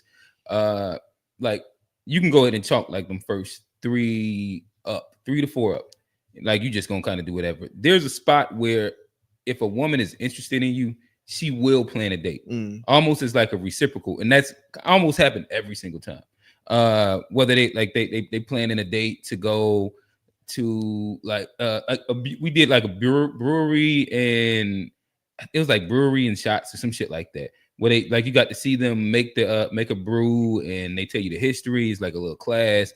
You get to taste all the different little brews and like whiskey that they had. Like it was this whole little thing, and like that would be like that was prepaid, and it's just like, hey, we're doing this. And but to me, that's been like the space where if it's reciprocal, eventually I usually see a woman reach across the aisle after like date 3 or 4, where it's like, all right, I like you. All right, you cool. You ain't crazy.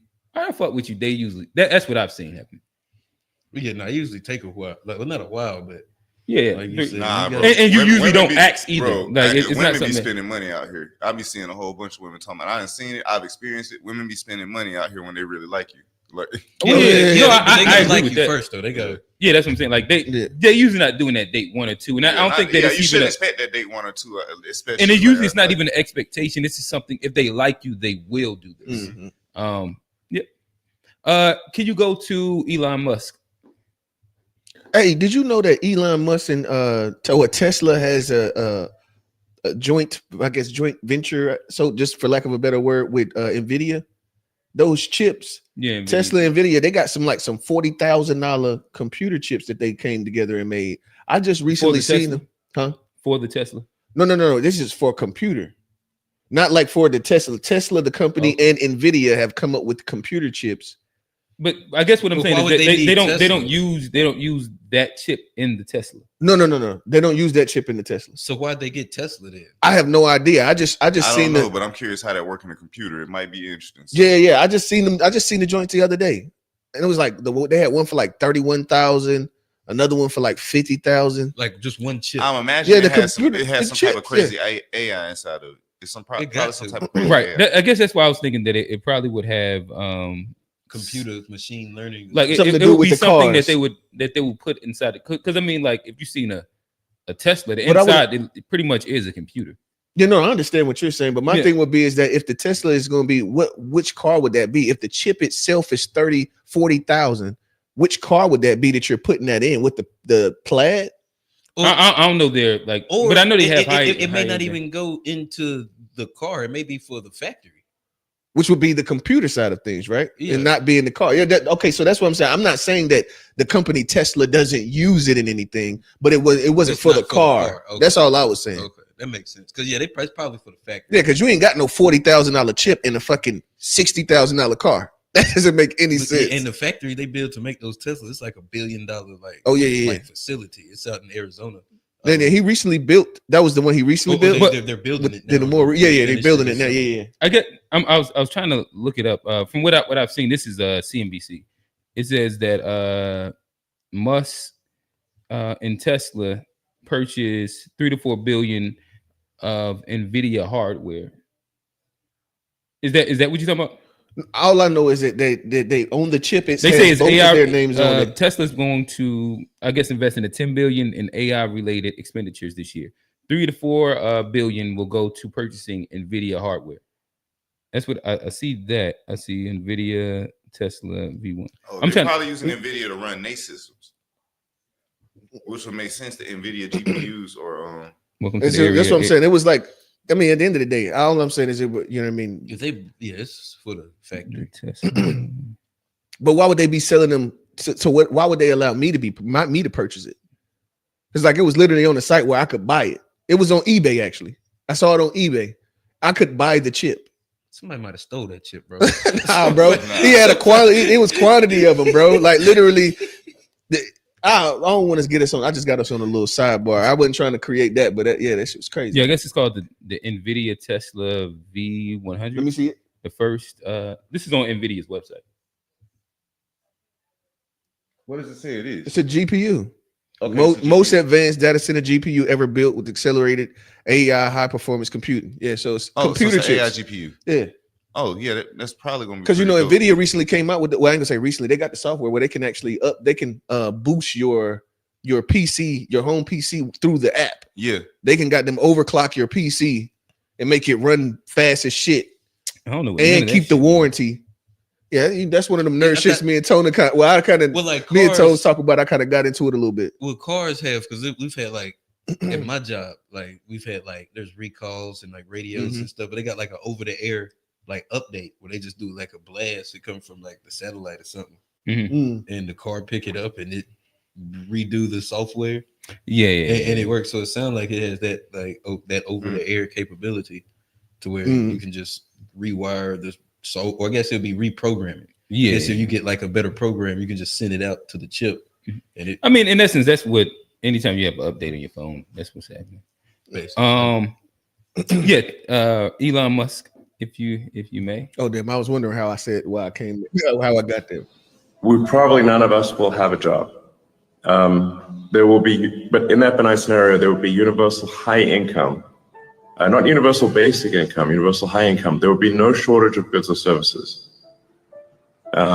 And I think the benign scenario is the most likely scenario, probably, 80% likely if you ask, in my opinion.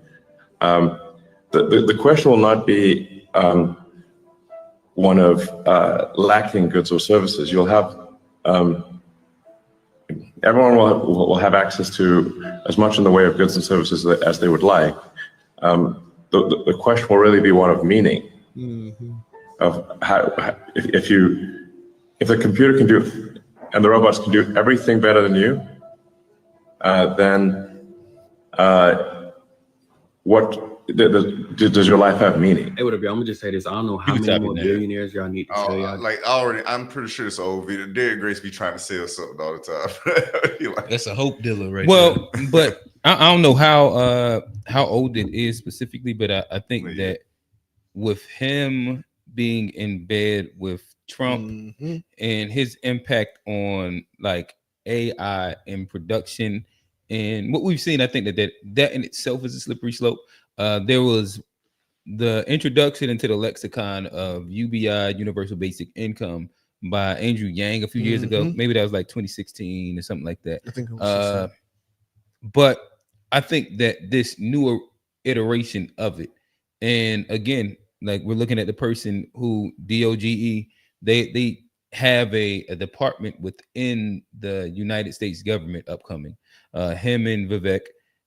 This is a person who is next to the commander in chief, in which is also the richest he's the richest person in America for the most part, the richest influential person in America that we know of, in which his job and capabilities have the ability to put a mass amount of our working population out of work, to where him saying that to me has a lot of impact. And it's almost like these are the dog whistles to what, if not properly dealt with and managed, we'll be looking at, in which he made it into like a little bit more of like a philosophical, like everybody will have to understand what value and all that means.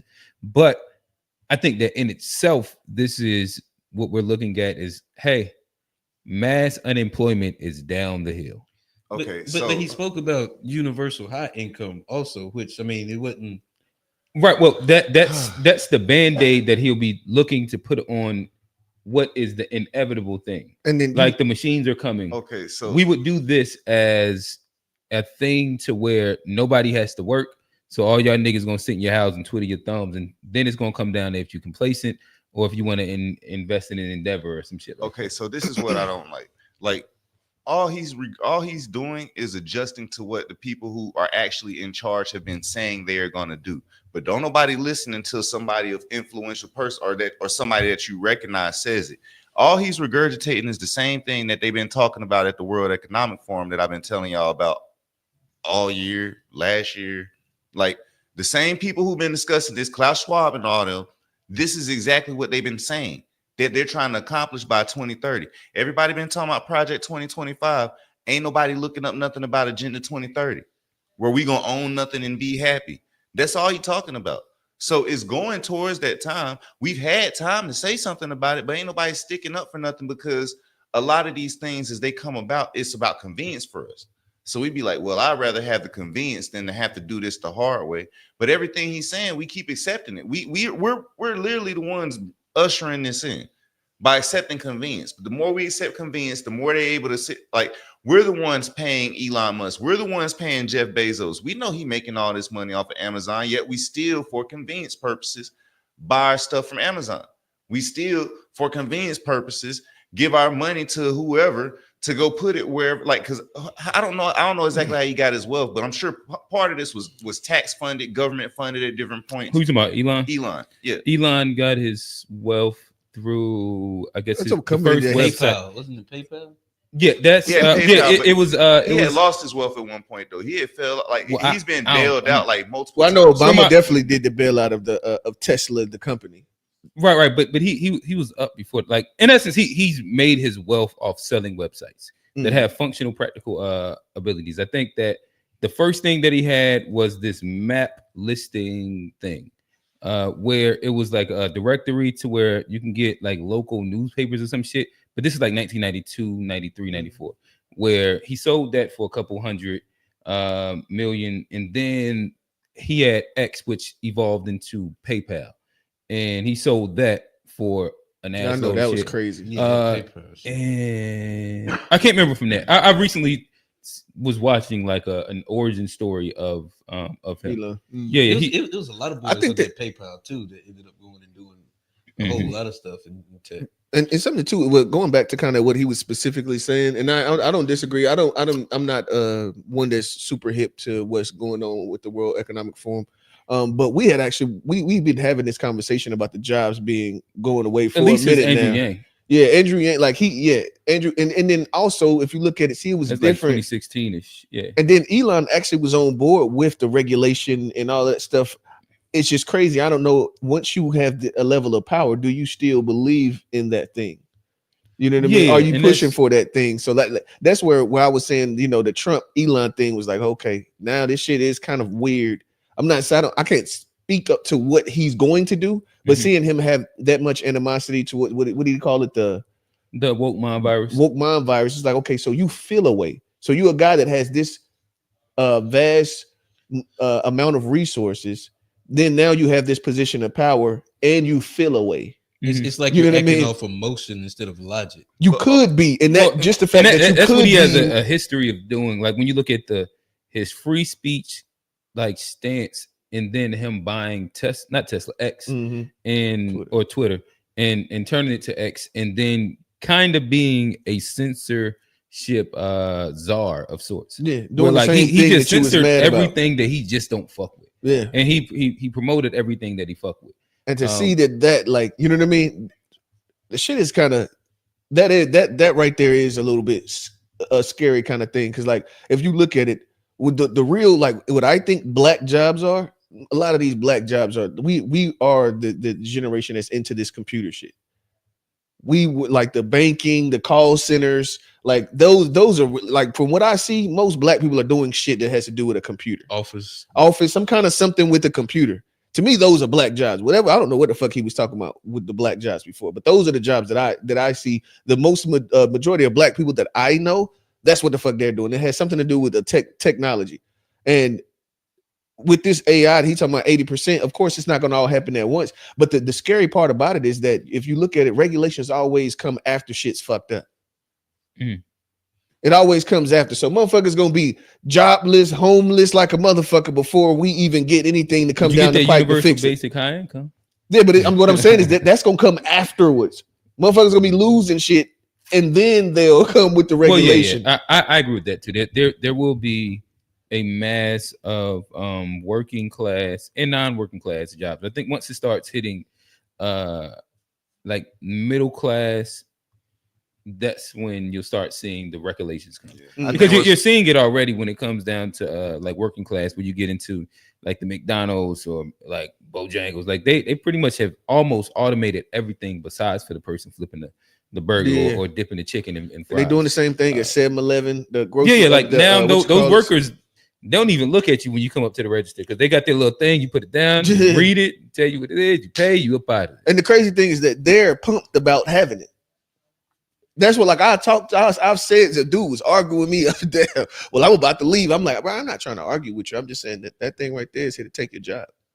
He was like, he got mad, and he was a little convenience, bro. It's the same thing I'm saying. Like, we like convenience about stuff. So people is we allow stuff in order for convenience. No, but to me, I'm not saying, but the money that you earn at like a gas station, it's not a lot of money, and you get replaced. Wouldn't a universal basic income do the same thing for you and give you more free time? Because we're not talking about like people don't want free time like you think they want free time, bro. I agree with that. Like, no, people think that they want. Yeah. when they're not gonna know what to do. People want I've value definitely and been feeling there. like they're doing a thing. And they've been saying that forever. That's part of like the whole idea of like why you should get a job. They've been pushing that forever. Like we need something that keeps us, give us a meaning and a purpose. And jobs give you like purpose and you know what I mean. You being see people able to provide retire for your just family. to go work again. Yes, you Shit happens hear all the time. like multiple stories. Almost every million like person that doesn't have to work anymore. Motherfucker still work. They like, and I'm talking about like at the million billionaire stance. Either they're intentionally trying to find more shit to do and exploit and do whatever, or they're miserable. And they talk about you don't really know yourself until you don't have any until you don't have to work. It was COVID. And you don't have to do anything COVID like taught that. us that. Like, I mean, Taught us what? When they shut everything down and everybody was in the house, You had to deal with yourself. 2 weeks. Like COVID taught us that, but like I also think those people. I think that's different. Like having to. This is next level. 5, 6 yeah, it's years definitely the next level. of like just nothing to do. But those people like niggas that they was gonna die. But the average person that retires goes and plays golf and doesn't do that. The people who do go back to work. That's not true. They usually love their job. Every person that retires does not go play golf. Well, maybe not play golf, but they go and just be retired. They just go do retired things. Like, I don't know. Like every time I go to the YMCA, it's nothing but older people. Okay, that's doing like some job shit, or it's like they're going to go volunteer and do something.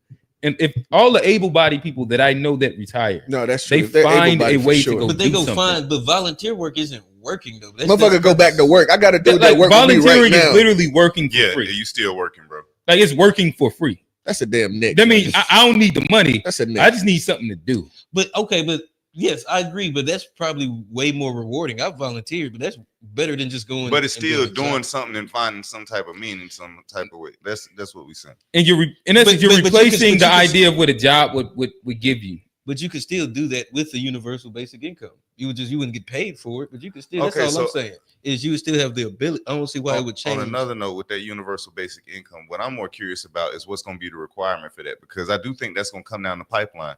And with like people like Elon who's wanting to put chips in brains and stuff, it's kind of like, what's going to be the requirement to get this universal high income? They about to chip niggas. They about to hit them with the mark. He really is trying to do that Neuralink thing. So they trying to. Well, I think that they probably gonna have to sell niggas on Neuralink eventually. I would never. They probably package it as I like think eventually niggas is gonna fall right into it, like we fall in everything else, and it's gonna be for convenience. It just ain't been the thing yet. Well, like even right now with the phones, we getting used to it now. The phones is already an example. Never type again. And then they put the chip in you. Well, to me, I don't know if it'll get sold as that first, as much as it'll probably be a cure for like dementia, Alzheimer's. Mm-hmm. It'll be a cure for like people that can't see or like have lost. It's gonna be something like physical that. ability. When it can do something that amazing, once they have that, you don't have to sell it no more. No, like it'll just be whenever they have it to where it's an innovation to where you don't have to sell it, you ain't got to sell it. That's how they chipped us now. Like the phone's utility is so high that you don't mind being tracked at all time and being heard and listen to it. You got a pocket computer, you got navigation, communication. There's so many different things that this motherfucker do. It's like, I don't mind. Hey, I turn my location off all the time. Like every time I get to where I'm going, I just turn the bitch back off, and I still know they know where I'm at. That's the funny part. That just means that Google Maps Google don't know where I'm at. I'm like, even using the phones, like more and more, I realize I use the phone a lot more just to pay for stuff. But I remember when that thing first started coming out, people did not want to use it as much. Like first coming out, people ain't want to use that joint. They was like, nah, I use my regular card, and we just keep accepting more and more stuff over time. Like, no, I'm just a dinosaur. So like, I was just using my regular card because that's what I was comfortable doing. Once I was able to, that shit, boy, I leave that goddamn wallet. I ain't got to think about nothing. You don't lose your wallet when you ain't got to bring the bitch. I use this bitch in the drive-through. Yeah, I do too. Hey, stick it out. So it's like our generation might not be the ones who fall for it. It might not be our generation fall for it, but like stuff ain't really made for us. It's the next adults that's coming up. All you got to do is convince the next set of 20-year-olds 10 years before that, hey, this is normal. So the 10-year-olds now in 10 years, they like something like a chip in their hand to use the thing, or the chip can control this in their hand. If I get this in my hand, I can do this, or I can use this in Fortnite.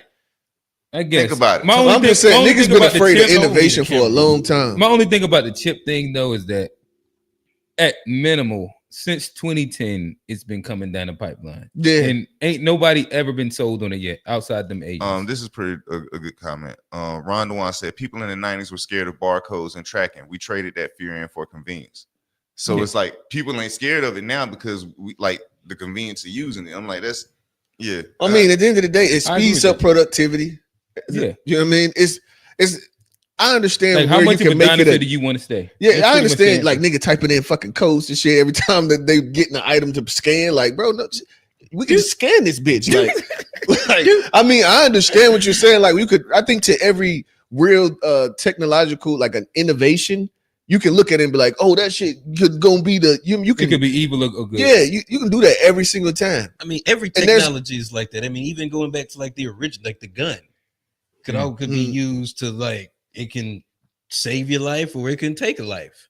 It's all depending on how you choose to. And the light bulb, like niggas was walking around with lamps and shit. But I can just flick this light on and have light in it. But then you gotta have electricity. I'm about to say that light tip over. It ain't burning. But you trade that in for, and now you got a light bill.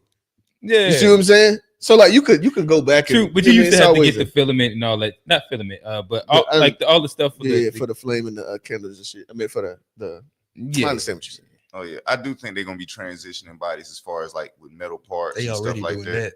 Yeah, I'm talking about I think, but I think that got something to do with that too, though. I think like eventually you're gonna have like people mixing with robot parts and all type of stuff like that. Like, I mean, they already got like prosthetics that can, you know what I mean? You can with your mind, you can. Are you talking about like utility based prosthetics? Or are you talking about like people getting enhancements? I think that they'll probably be down in the future, but it ain't nothing that we need to worry about right now, in my opinion. Maybe 50 years or something. God damn. So we didn't even get to Johnny yet. Oh yeah. Cue the OD this. Wait, how old is talking, boy? This nigga got an hour meme section. Not even. We ain't get the memes at least an hour in. We was on that whatchamacallit a little while. Drake. I actually won't go too deep. It sounds like y'all ready to get to Johnny. And we can go.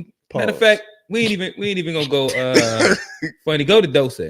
She under fuck is Dose? She's under Elon Musk. My roots in rap are from boom bap, and I taught myself how to rap through like battle style rapping.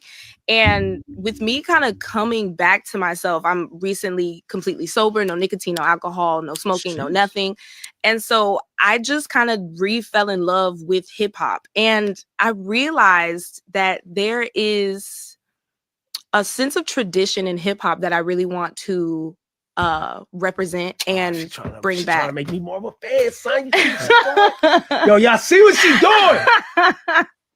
No, but for real though, I feel like there is importance in tradition. I feel like it is important for us to uphold the heart of hip hop, which is lyrical composition, it is skill, it is wittiness, but it is also talking about our feelings, being honest about what we're going through and connecting us as people. There you go. And I feel like, especially in the time of an economic recession, people need to feel things right now, and we need to talk about it, and we need to do it through rap, which is why I chose the sonical direction that I chose. Was like, I want to take us back to this classic space in hip hop and just remind people of the traditional roots of where this started and do it in my way and push it forward. My roots in rap are from right now. She probably has one of the top critically acclaimed projects. I like her. I've been on the music. I've never actually heard her talk. Heard her talking low. Like it's not even long form, but I would spell it wrong. You know how to spell it? It's like DOICCI. Oh, I got it. Okay. Yeah. I'm gonna check her out. That right there is convincing. But right there. She be singing and rapping over house music too. I'm gonna go ahead and give you that. No, you shouldn't have. Just before Real think that he about to get a what's it called? Rhapsody. Yeah, but she also does rap also on it. Like she's like an eclectic mix, but you can tell artistry is in the forefront of her. And she has like I said, one of the more critically acclaimed projects this year. Just dive in. He gonna hear that house music. He gonna be like, turn this shit off. I know he gonna slam that speaker.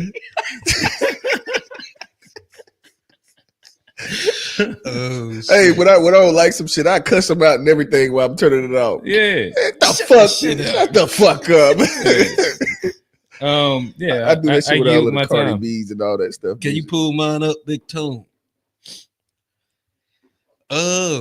Start with the first one.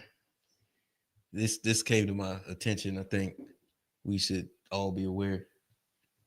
Here we go. Every day you wake up on the internet, there's some bullshit going on. But this right here, this really burns my goddamn grits. $11.2 million settlement has been reached. They claim that there's no ginger in ginger ale, and the case is closed. Shit. How is it closed when niggas ain't know nothing about this? Y'all got to check, and then you got to settlement check for ginger ale? Because every Negro I know within a 1,000-mile radius has had ginger ale, pneumonia, chicken pox, upset stomach, diarrhea. Ginger ale has been medicine for Negroes since Negroes been Negroes. And we ain't got no settlement. Y'all sent the stimulus check before y'all sent the goddamn settlement check for ginger ale. Talking about ain't no ginger in ginger ale. It ain't no Fruit Loops, but we eat the motherfuckers. How y'all got $11 million floating around and niggas ain't hurt? Niggas ain't hurt nothing. Do you know what niggas did for ginger ale? Y'all ain't nothing without me. Exactly. I'm made for it. If I don't get a check by Monday morning, I'm gonna file a class action lawsuit against the class action lawsuit. This case ain't cold. It's a cold case. This shit is right back open. Robin said this case is back open.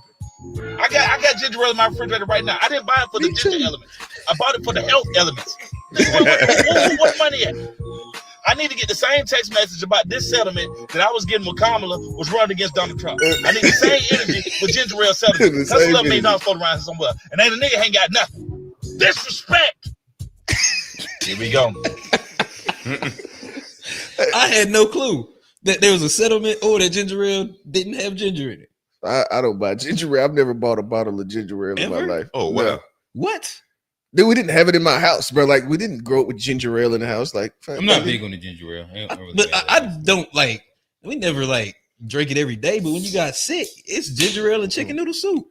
No, some chill. You might get some soup. Might, motherfucker, you'll be all right. Some up. Nah, I had a ginger ale, bro. Yeah, okay. Yeah, acting like I'm crazy. I guess like at the house there was ginger ale, but usually my mother liked the ginger ale. It's either my mother or my father. Like ginger ale is cool. That was my like, favorite as drink an back in the adult, day. like my past 17, 18 years. They had nan ginger ale. Nah, I like cranberry ones. Like if I'm a goat, but I ain't been one time I've been in the grocery store and was like, But I can imagine, Johnny, I'm gonna grab that ginger ale. You got older parents too. Well, but so when that's I was the sick, thing. ginger ale, but no also, ad hominems, bro. But ain't no ad hominem. But you know what I mean? Like my mom's husband, he's older. You know what I mean? He's a ginger ale. That's where that when I seen it being bought, it was like he was getting it for the house, but I was already out of there. But like I drank it when even last year when I got sick, I went and got some ginger ale just because. So you hot about it? When I get sick, I drink ginger ale, and it mixed like with whiskey. I just like ginger ale. I never thought. It is a good actually mix. It's a great mixer. Also, Yeah, I agree with that. It's a great. I'm not saying I'm cool with house music. House music's kind of fire. Rail, I guarantee you, is not going to enjoy some random house music when it pop up on it. Was that Robin? I'm actually glad you told me, so I know to expect. So I'm not, because I'm the type. I'm really the type nigga that I gotta have the ears I like for it. Follow me. Like I like house music. House music's fun. Yeah. Rail don't like dancing around when he listens. You to got music. to show. I like rap music, bro. Hey Johnny, random, but I just thought about that apple pie moonshine with that ginger ale. With the ginger, Oh bro. yeah, that's what I was it. thinking. That was good. I ain't mad at it. Y'all don't know how many times I've gone to get the apple pie, and the first stop I do, gas station, get a 2 liter of the ginger ale. You got to get the Canada Dry Bold. That's the. Y'all ain't seen that one. It's a gold bottle. Nigga, we ain't looking. Y'all, this is a conversation with you and Johnny, bro. Yeah. What are you talking about? Oh, nah, that joint used to snap back in the day with the old salt and vinegar chips before they ran out of flavor. I'm not eating no fucking salt and vinegar chips, bro. Oh, no, I was eating salt and vinegar chips. No, you remember when they was good though? They was like back in the day. No, That was like real I'm with salt and vinegar chips are the worst chips. Shit is crazy. Trump It's the worst about chip. doing this. Salt and vinegar chips, dill pickle chips. Hey, the three little pigs hate some salt and vinegar chips. Them niggas breath be strong than a motherfucker. Motherfucker be funky as hell. Mm-hmm. Shit. Yeah, Real, I guess it's up to you. Not Real, Johnny. You can go to the next one. This is a good one. This is a little more. What, The Secret of Selling to the Negro? Yeah. Oh, I've seen this one. Yeah, I've seen this too. The secret of selling to the Negro is expressed in one word. That word is recognition. But perhaps because he's had so little of it, the Negro needs even more. He needs to feel important and appreciated. This need is a very real and important one. It shows up even in many of the Negro's shopping habits. Anyone who sells or wants to sell to the Negro customer should know about some of these habits. To begin with, most Negroes buy by brand. They ask for products by name. They're quick to turn down off-brands. Do you wonder why? You see, for a long time, the Negro has been sold a lot of shoddy, second-class merchandise. So now he asks for name brands in order to make sure he gets his money's worth. This woman, for example, is buying fine crystalware. But she is also buying the admiration and approval of her friends and relatives. It's a well-known fact that many Negro customers are influenced by the opinions of others. What their friends may think of a certain item often decides whether or not the sale is made. The secret of selling to the Negro is expressed in Bro, one I word. actually don't like hearing the word Negro. No, I mean it don't. We're not supposed to use it today. What was the dude name that was on the live? Me and Quintet. What was it? Prophetic something, or the dude that I asked him could he box? Oh, I forgot his name. Yeah. Yeah, that sounds like he's the type that use Negro. Like it just feels like that. What bothers you about it? It just has the undertone of it. It just feels wrong. Well, I mean, when they used to say it, like motherfuckers could do it whatever they wanted to you. Like I mean, the word comes like when it was in use, we didn't have a lot of the power. Like I mean, there was laws that there you go. Trey say Negro is better than African American. That got him. Got to pop out. He actually had to pop out and show had to pop out and show niggas, bro. He said he gonna pop out and show Negroes, bro. That got him. But I think that's like they knew that about us back then.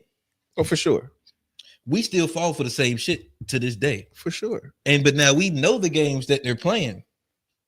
But yet we still like what we like. We still like what we like. We still gotta do. But it's like, at what point do we like stop blaming these systems, stop doing all of this, and look inward and being like, what about us? I mean, he even told us about the name recognition. Or we don't buy off brand. We like to get the brand. Hey, bro. It's because of what you got to sip off that black male accountability. My dog is in here. Yeah. You know, Trey, he got the smoke for that shit. Hey, I'm just asking. You say Negro is Spanish for black. So if we been called black, patriarchy strikes back. Patriarchy strikes back. Yeah, no, it is. But like at some point, it falls back to us. Because I mean, if they're gonna run the same play, if they hand off up the middle to the left, 5-6 times in a row, and we stay in dime coverage. And we don't bring 7, 8, and that's on us for running the same play. Also, that's bring them not linebackers up. You know what I mean? Drop off. And the thing is, I definitely I think it's better. It's not good, but I understand it in your younger years where you just really don't know. You just want something because of hypes and all that. As a grown motherfucker, and you out here really like chasing brand names like you were in high school. Like when niggas had the Jabos and you know what I mean? So like everything on your body was supposed to be a certain adults do it with cars. I'm about to say like adults what he's talking about. What off-brand is? What is an off-brand car? But you don't No, it's about how much your car is like all of it's is status symbols. He's using recognition in there selling a hat, but what he's talking about in general is status symbols that black people consume to it's me, like validating them to validate themselves. And to me, like to the community. No matter at what age you're at, typically there's a status symbol that Black people lean into getting that just validates to the outward public. But I think that's also the same thing. Well, I mean, if you look at it, I was about to say like the big house. Like, you know what I mean? I go in these neighborhoods all the time. You sitting here, they got 2 cars there, but the fucking house at least got 6 bedrooms. And it's like, but they're probably buying those because you talking about equity and you know what I mean? That's actually an asset. That's totally different. You know what I mean? So that's different. I can get that, but I mean, but think about a car. Black person, you put a Subaru versus a BMW. BMW gonna be 15, 20 grand more expensive. They do the same thing. The safety rate less reliable, a lot, and you need a car to go from point A to point B. Right. Like take your kids. They're gonna pick their status symbol and then put the 10 on that bitch. We're gonna pick the status symbol every. Hey, but that's facts. We're gonna do it every time. But I talk to white customers, and they'll be telling me, "Yeah, I'm looking at this. I'm looking at this." I'd be like, "Well, you know, this utility. This car, that's one of my words, utility." And they'd be like, "Huh? You know what? You're right. I don't need to spend that extra money." But you'll have that same conversation with a Black customer, and they'll still be. Man, you know bro, how much of an outlier I am just making most of my decisions based off utility and not like, I just gotta go check it out, bro. I really fuck with you, but I just gotta go look at it. And then the thing is too, and I never see them again. I mean, you also got Subarus aren't cheap cars anyway. To start there, let's start there. Subaru aren't cheap cars.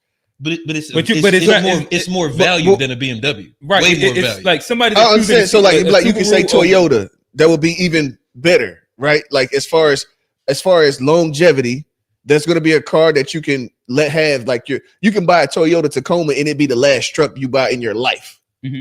You know what I mean? So like I understand what you're saying. The status symbol is like for us, it's going to be the Benz. The S550 is the motherfucker that you know what I mean? Instead of getting the car that you will never replace in your lifetime, you're going to get the S550 motherfucking oil change. It got 2 separate oil changes. One is like $400, the other one like $8.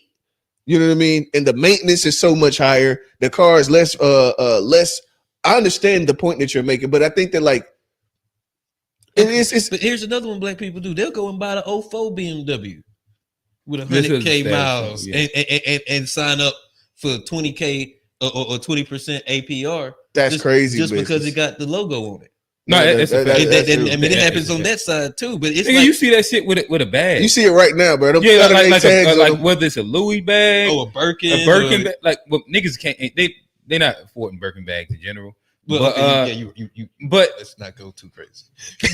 like it could be like a small little pocketbook like this with a Louis like checker and an LV on it, and they gonna pay $4-5 for it. I'm not fucking paying for it. But like that as you specifically, but we're talking about like generally what does work and has worked, and I agree. I understand. It's like the marketing scheme for Black people. I think this is perfect. Like you sell the value of recognition that you have made it past your peers, and if you look at however you can sell that to them, but like why does that always work? If you look at look at the advertising, bro. Because of like if you're a downtrodden group.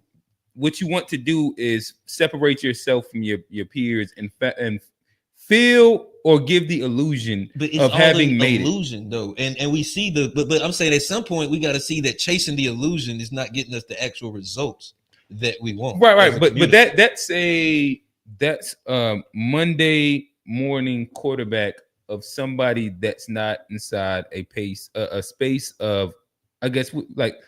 What's the best way to say like the oppressed class, like who's not inside like that struggle mindset, in which if we have money and we understand the utility of it and all these things, I think it's easy for us to make that assumption and that statement of like that shit's corny, that's bad, that's XYZ. Somebody that's always struggled and their only beacon of being able to signal that I have made it out of some version of oppression. I am different than all my peers. Is this status symbol for them? Like that 2000 might mean the world to them. And again, like to us, like it's easy to Monday morning quarterback and be like, we know that shit ain't nothing. But that's what comes with financial literacy. That comes with like being able to like sustain a certain level of income and socioeconomics. I've gotten cheaper the more money I make. Right. Nigga get Me cheaper, too. bro. Me too. Guaranteed. But cheaper. Nigga, I $100. I'm topped out at $100 for a pair of shoes at this point. Like even before, like, because I mean, there were times like even in college and stuff where like the wanting to fit in or show something off. I understand that. Like I understand. I want this so they can feel like, you know, I'm part of the. I'm in. And my bad. And I also would say that's not specific to just like black people as much as it is socioeconomically low people. Like them white rednecks got their own different versions of that too. And like they do. The truck, they value them trucks for sure. For sure. They gonna be hurt. They gonna be carpool. But they got a lot of hillbilly bullshit that they indulge in that signals to like. But I can say too, it's a little bit different though, because their understanding it's like ownership. They usually go and pay for a car. From what I've seen, I know like the trailer park white. Yeah, they pay for a car, and that just, you know what I mean. They'll pay for a lot of ride. them look trailer park, but they actually not. They just be aesthetically. They just have that look. To me, I don't know too much of a difference between the trailer park whites and the hood blacks. You know, I think it is a bit different because the status symbols don't mean the same thing. Like in our neighborhoods, they don't have a pair of sneakers that's like, I got the such and such on. They don't really have it like that. That's not true either. Like most of them indulge so heavy into black culture that they love like a lot of the status symbols. Okay, well, you think not all of them? I'm thinking, I don't know. Bad. But if we then it goes into like these different versions of like status symbols, whether that's going to be like their guns. They're about to like their gun that they like, or like a knife, a gun. It's like different things. In which I'm not saying that we're the same as in we value the exact same value symbols, but like in general, we got too many of them though. Yeah, poor people in general will have their own different versions of value value symbols that they use as a beacon to the people around them to say. But the thing about us is it's all of our shit. Everything. It's all of our shit. You got the pants, the shoes, the shirt, the hat, the car, the watch. You know what I mean? Everything that we want to purchase the symbol version of it. But my thing is, at some point, like, because everybody growing up has that feeling that you want to show off. You want to get this thing to make them like me, or they'll think I'm one of them. But at some point, we all figured it out. And I guess I don't know if it was just because we got more money or we just became in better situations. I mean, a lot of it was a want to. I mean, I had a lot of times sit down and be like, why am I fucking up? Yeah, and it's like you should have fucked up a little bit. Trying to figure it out. Come from experience. Just like, damn, I'm chasing these things, or I'm trying to hang out in this club, or do this to make look good for these people, and I spent my whole fucking check trying to be outside, and now I'm in the house fucking struggling. And it's like, what the fuck? Oh no, I'm trying to be cool. I'm trying to do this thing to make me feel a certain way, to fill a void.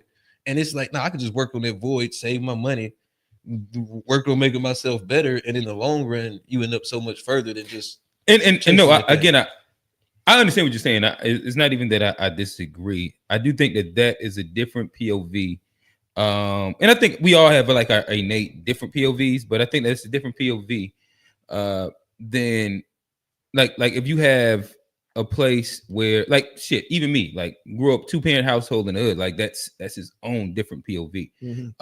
So like there's certain things that I've seen in which is reflective of like how I have moved across, like just differently than a lot of my peers, right? Where, for example, if you grew up inside a stable scenario in which you've seen what the functions of like middle class living actually looks like, I think that as a baseline to understanding, even though let's say you get a job, a decent enough job to where like you can learn about like your own first versions of financial literacy and what to do and not to do.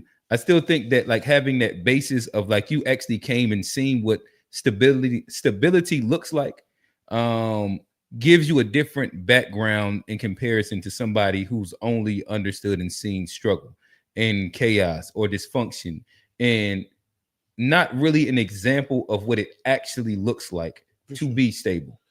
No, I could understand. Yeah, I mean, I could see how it'd be a little tougher without the the vision or without having having seen. And then again, like a lot of them end up not even having like the job to where you can fuck off money and be like, all right, learn next, that lesson. and then next month I'm gonna change something. It's like we just in survival mode. Yeah. If you grow up and it's always been that survival mode, then you that's crazy. I mean, I ain't never really, honestly, I kind of grew when whatever. We ain't got to go into that. We've been talking about shit for a little minute. Y'all niggas done had some great memes. 35-minute meme sections. I'm on two. I got technically one more, but what time is it? Nah, we got an hour. Hey, just we ain't got to talk about it. I just want to play it. Okay, Johnny. Watch this be the most controversial. I'm about to switch it up. Which one? Let me see. Which one? Scroll down. It's the fourth one down on the left. I'll just go right here. Yep. Boy, I'm a sexy nigga, boy. Oh my god. I don't know about the first part. Second part, yeah. Light skins out, please. Hoes be wearing the dark skins now. The ninjas in the field. You a house ninja. You just a good boy. You know y'all light skins like to get that butt up. What? Y'all be on some weird shit. Damn. I didn't see that coming. That's how I'm ending it. I'm just taking a little shot at the light skins. Yeah. Okay. We can. Hey, Tracer had smoke, but that. Let's hit some of them. It looks like he brown paper bag. That Uncle traded. They in the chat. What did it say? 80K truck in the trailer park. Yeah, I think that's white high value symbols. I think my mouse just went dead. Oh damn. All right. So nonetheless, we'll keep it moving. That's fucked up. Could you read out some of the chats though, real quick? Yeah. And try and click and tap. That might work. Bro, I've been clicking and tapping. Okay. This thing did. And here's the conflict. It's in a black person's soul to rock that gold, spends your whole life trying to get that ice on a polo rugby. It looks so nice. How can something so wrong make me feel so right? Shout out to Ye. Mm-hmm. I've always been a person who tell all how much I save versus the average saving, saying how much people spend, just crash out lifestyle to me.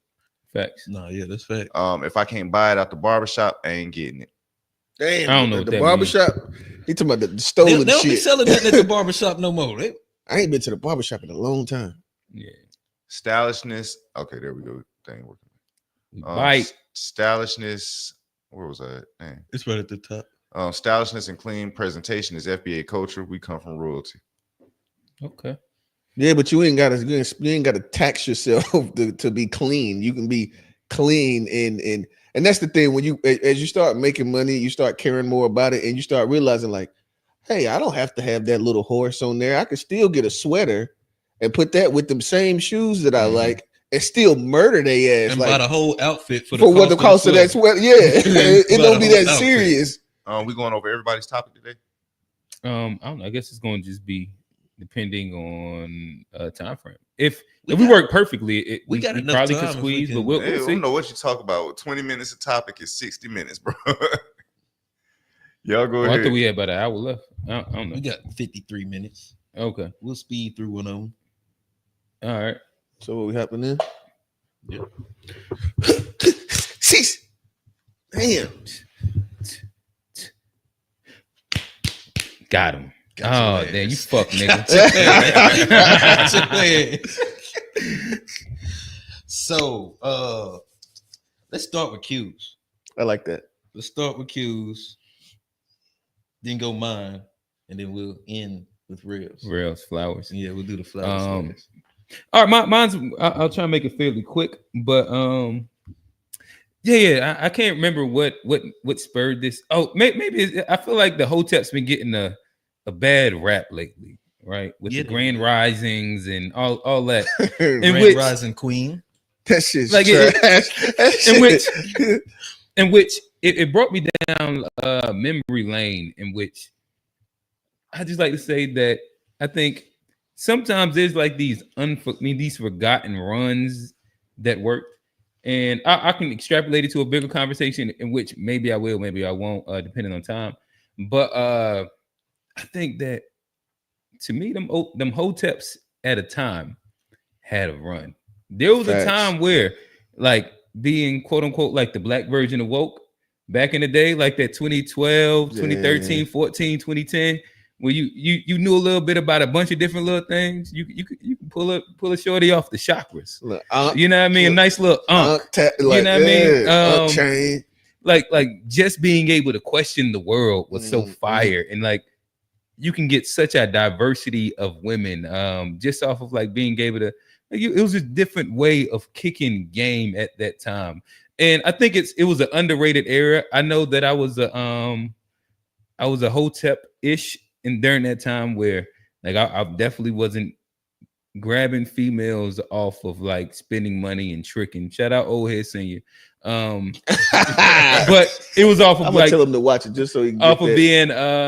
being off of being an artist, off of being like quote unquote like an intellectual. Off of perspective, off of like just being able to sit down at a round table and be like, oh damn, that's unique. I didn't think about that. And I thought that like it was a time to be alive. But at the same time, like I remember there was a time where I personally was a sucker for a nose ring. The bull joint? Like it ain't gotta be a bull joint, but like a nose ring and some ankh earrings. Like that was the a time. Earrings was a especially with the natural hair. She had to have the natural hair. Had the How nice the fuck smell you ain't got the good. natural hair with a And- Nah, this is that wouldn't even make sense. I got one, and I don't know if this would be woke. But hold on, let me finish walking it down a little bit.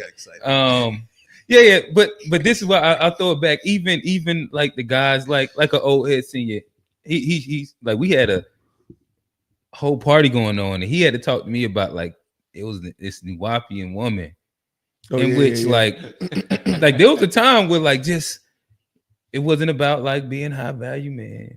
It wasn't about like this woman and XYZ. Like there was like this uniqueness to like, but we all was broke during that time. Everybody that was around, everybody was still broke. Well, I mean, that was just out of college. Well, that's what I'm saying. I'm not saying that it was a bad thing. I'm just saying that it was something that everybody was going. Like we all were an even playing field. Everybody was broke. True enough, and I think that that's why nobody gave a fuck. That's the like where we can bring it to a bigger conversation, and that's where like maybe we get there, maybe we don't. I think that there is a time period, and the internet no longer allows us to think that, especially youth, that there's a time period where like culturally it just like that's where the value was and who you was looking for in comparison to like a lot of these different things. During the time that we were outside, like that whole Hotep hippie cultural like fusion was big, and that was like at that moment, that time. I'll toss it into the air. I don't know where y'all want to go with it. Nah, I'll take it. I will tell you one thing that I used to like back in that era. And it's still to this day. Says you didn't? No, that I did. Oh, okay, I did like the waist beads. Oh yeah. Waist beads was the time. That was the time. That was the time. That was my joint. But that was kind of like hippie-ish culture. But they smoke weed. They smoke. Okay, maybe okay. Yeah, little adjacent. They listen to Wiz Khalifa a little bit more than Tyler. Currency. Little adjacent, but I fuck with that. I fuck with that genre. But I'll probably Hotep like. I was coming off when I first touched back down in the city. I was coming. What year is that? 20, I don't know. I can't remember like Johnny in a Hotep. 20. I was Hotep. You weren't putting on the dashiki, brother. Nah, but brother. I had hidden colors though. I was watching. I was watching hidden colors. Yeah. So I mean, I was Hotep light, but yeah. I mean, y'all got to remember, I was PWI. And I was gonna just say that, but that's why I let you chill though. I got to it. I'm coming back from PWI. So I mean, and what year was that again? 2012 was when I first got here. Okay. I left. Yeah, so 2012. And what year did you come on? 12 probably. It was 11 or 12. Somewhere like 12. I think. So he was coming from Central. I'm coming from USL. So it's a little different world that I was coming from.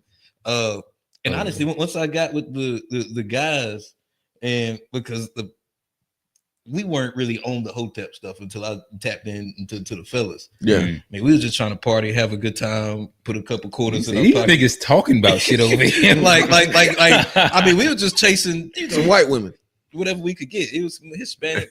I mean, I assume you said PWI. I just assumed that that's everybody, not just okay. Yeah, that's everybody. But Keep going, bro. Keep going. I'm throwing them all in the basket, bro. I'm putting all my eggs in the basket. But like, yeah, I mean, it was white women, Hispanics, it was all of that. Like, I mean, he said the eggs, bro. I just instantly like, you got the organic Oh, eggs. no. Go ahead. He couldn't even get off it. He had to go back. Go right back to the white women. We had the women. white women and they.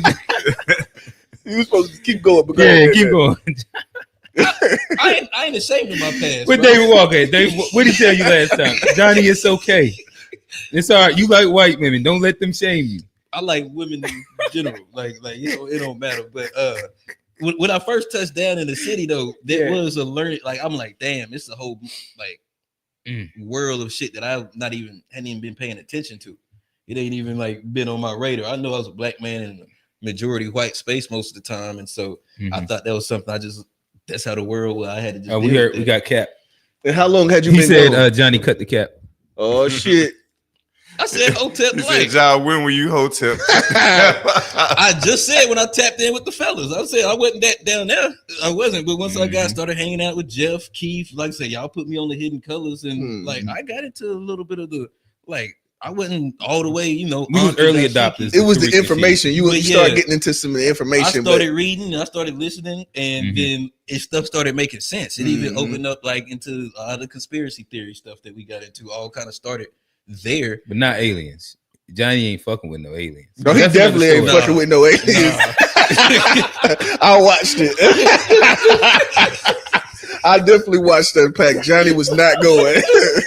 He was not He was going. trying to go hypothetical. He's like, hey, nah, but listen. I was like, who knew this would be his line right here, boy? And so like I say, so I mean, like I say, not in action. Like I didn't dress it or like you know do the part. I gotta say a little bit of sage every now and then, but the information is what really got my mind when it comes to like that whole step and just different perspectives, alternative facts, history that they didn't teach you in school. Yeah, that's the part of it that really got my attention and really put me into that space to even be doing this. But shout out my boy Trey. Shout out my boy Trey. But hey, I met some guys that y'all would love, man. Man, don't put me in that group, bro. Like don't what you talking about? Don't put me with the boys, man. Last night I ended up having like a random conversation with some guy. Gotta tell them, bro. But I played it for Johnny earlier. I'll just say that they were quoting the white woman as God. They were saying holy that, shit.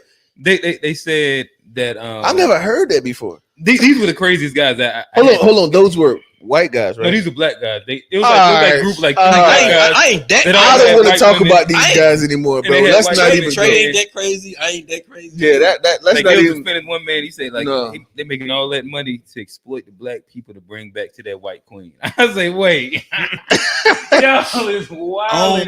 That's no crazy. Association with them boys. That's crazy. I ain't never heard that before. No association with them boys. Well, I just say so. Me, y'all know I had went to the military in 2010, and so I missed the beginning. I come home, I'm in the army. You know what I mean? So first you do basic training. It's a few months. There's no music, no television. You talk to get a phone call on Sundays. And usually it's gonna be one phone call, and then you go back. So like, you know what I mean? So I was like completely taken away from everything for a while. And I didn't ever go back and start trying to figure out what happened while I was gone. I just fucking just kept trotting, you know what I mean? And by the time I got home, it was culture shock.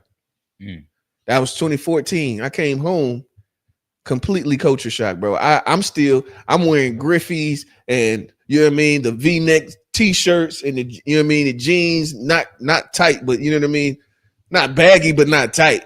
You know what I mean? And to see with all of them, I still stud my ground, bro. I was the whole time I'm still wearing Griffies and tees. You know what I mean? Everybody doing, but the shit was super cool. And like you said, like I didn't never start like outwardly dressing the way, but I definitely was very intrigued with the information.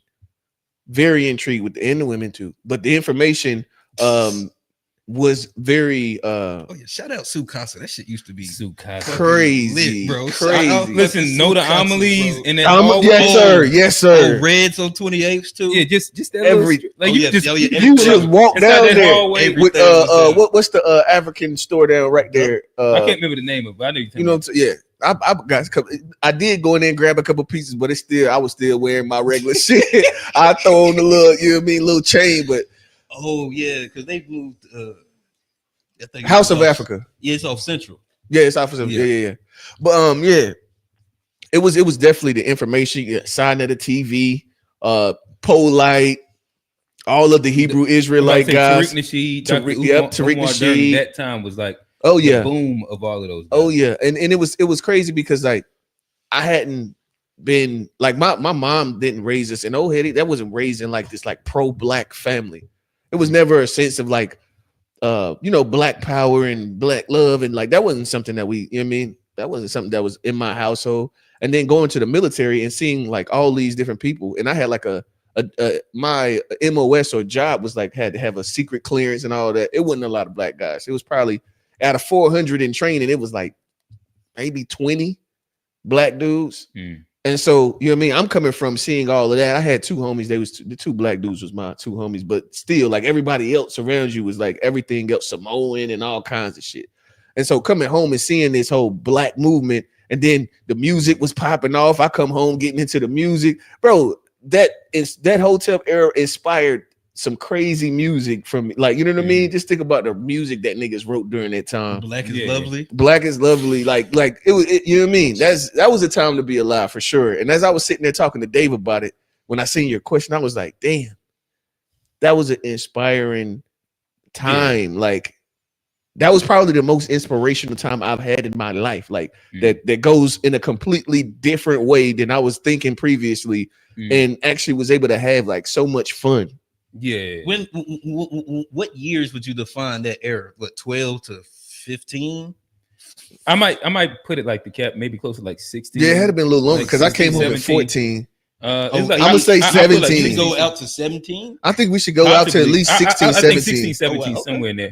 Yeah. It was a few years. I can't go there for. But I'd say probably the version that I was engulfed in probably was like 2010, 11. So it was, in essence, you can mark it by the boom of like the newer social media. So like Instagram was a big one because that's then when you started getting like a lot of those pages and you started getting like the visual representation of quote unquote like Hotep propaganda or Hotep ideologies and different things like that, videos that you could look at and see it.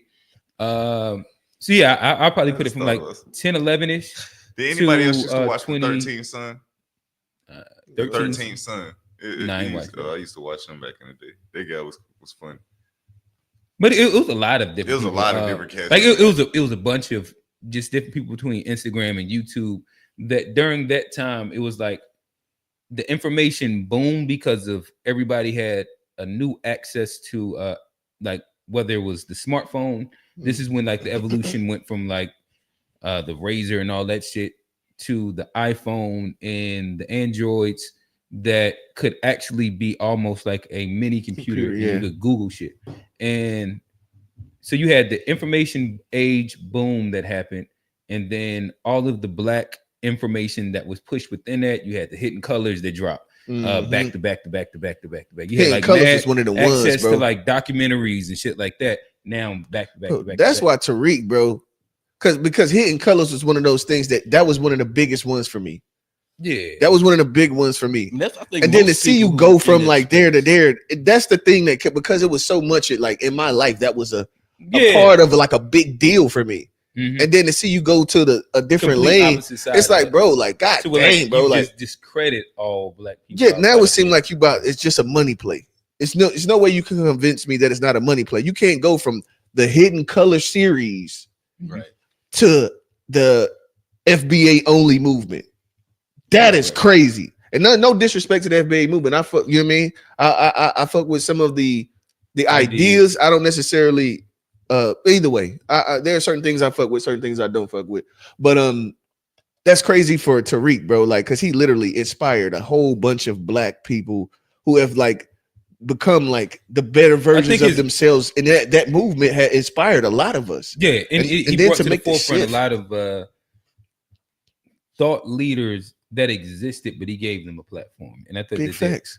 That was big. I don't know. I don't want to spend too much. I know we're trying to get in and out of it. Like I said, it had legs to go deeper, but I think that even us reminiscing on the impact of that era, like that underground pro-black, again, like I remember going to the underground back off of whatchamacallit, and where you got a bonfire, you got like the Big the facts, 5%ers out there. I actually got a 5% book upstairs that I got from a shorty. Okay, I thought you was talking about one. Then you got one from the homie dang with the lots, young dude, but he seemed like so wise. Yeah. Well, you talking about Cavallo? Cavallo, yeah. I don't know if I got it.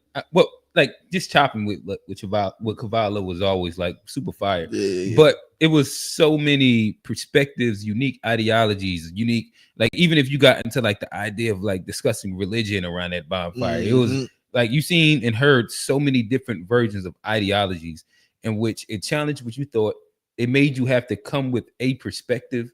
And like I said, them females that was out there, it was a time to be alive. It was just like his own unique space where just being a conscious rapper was enough. Why do you think that time period ended?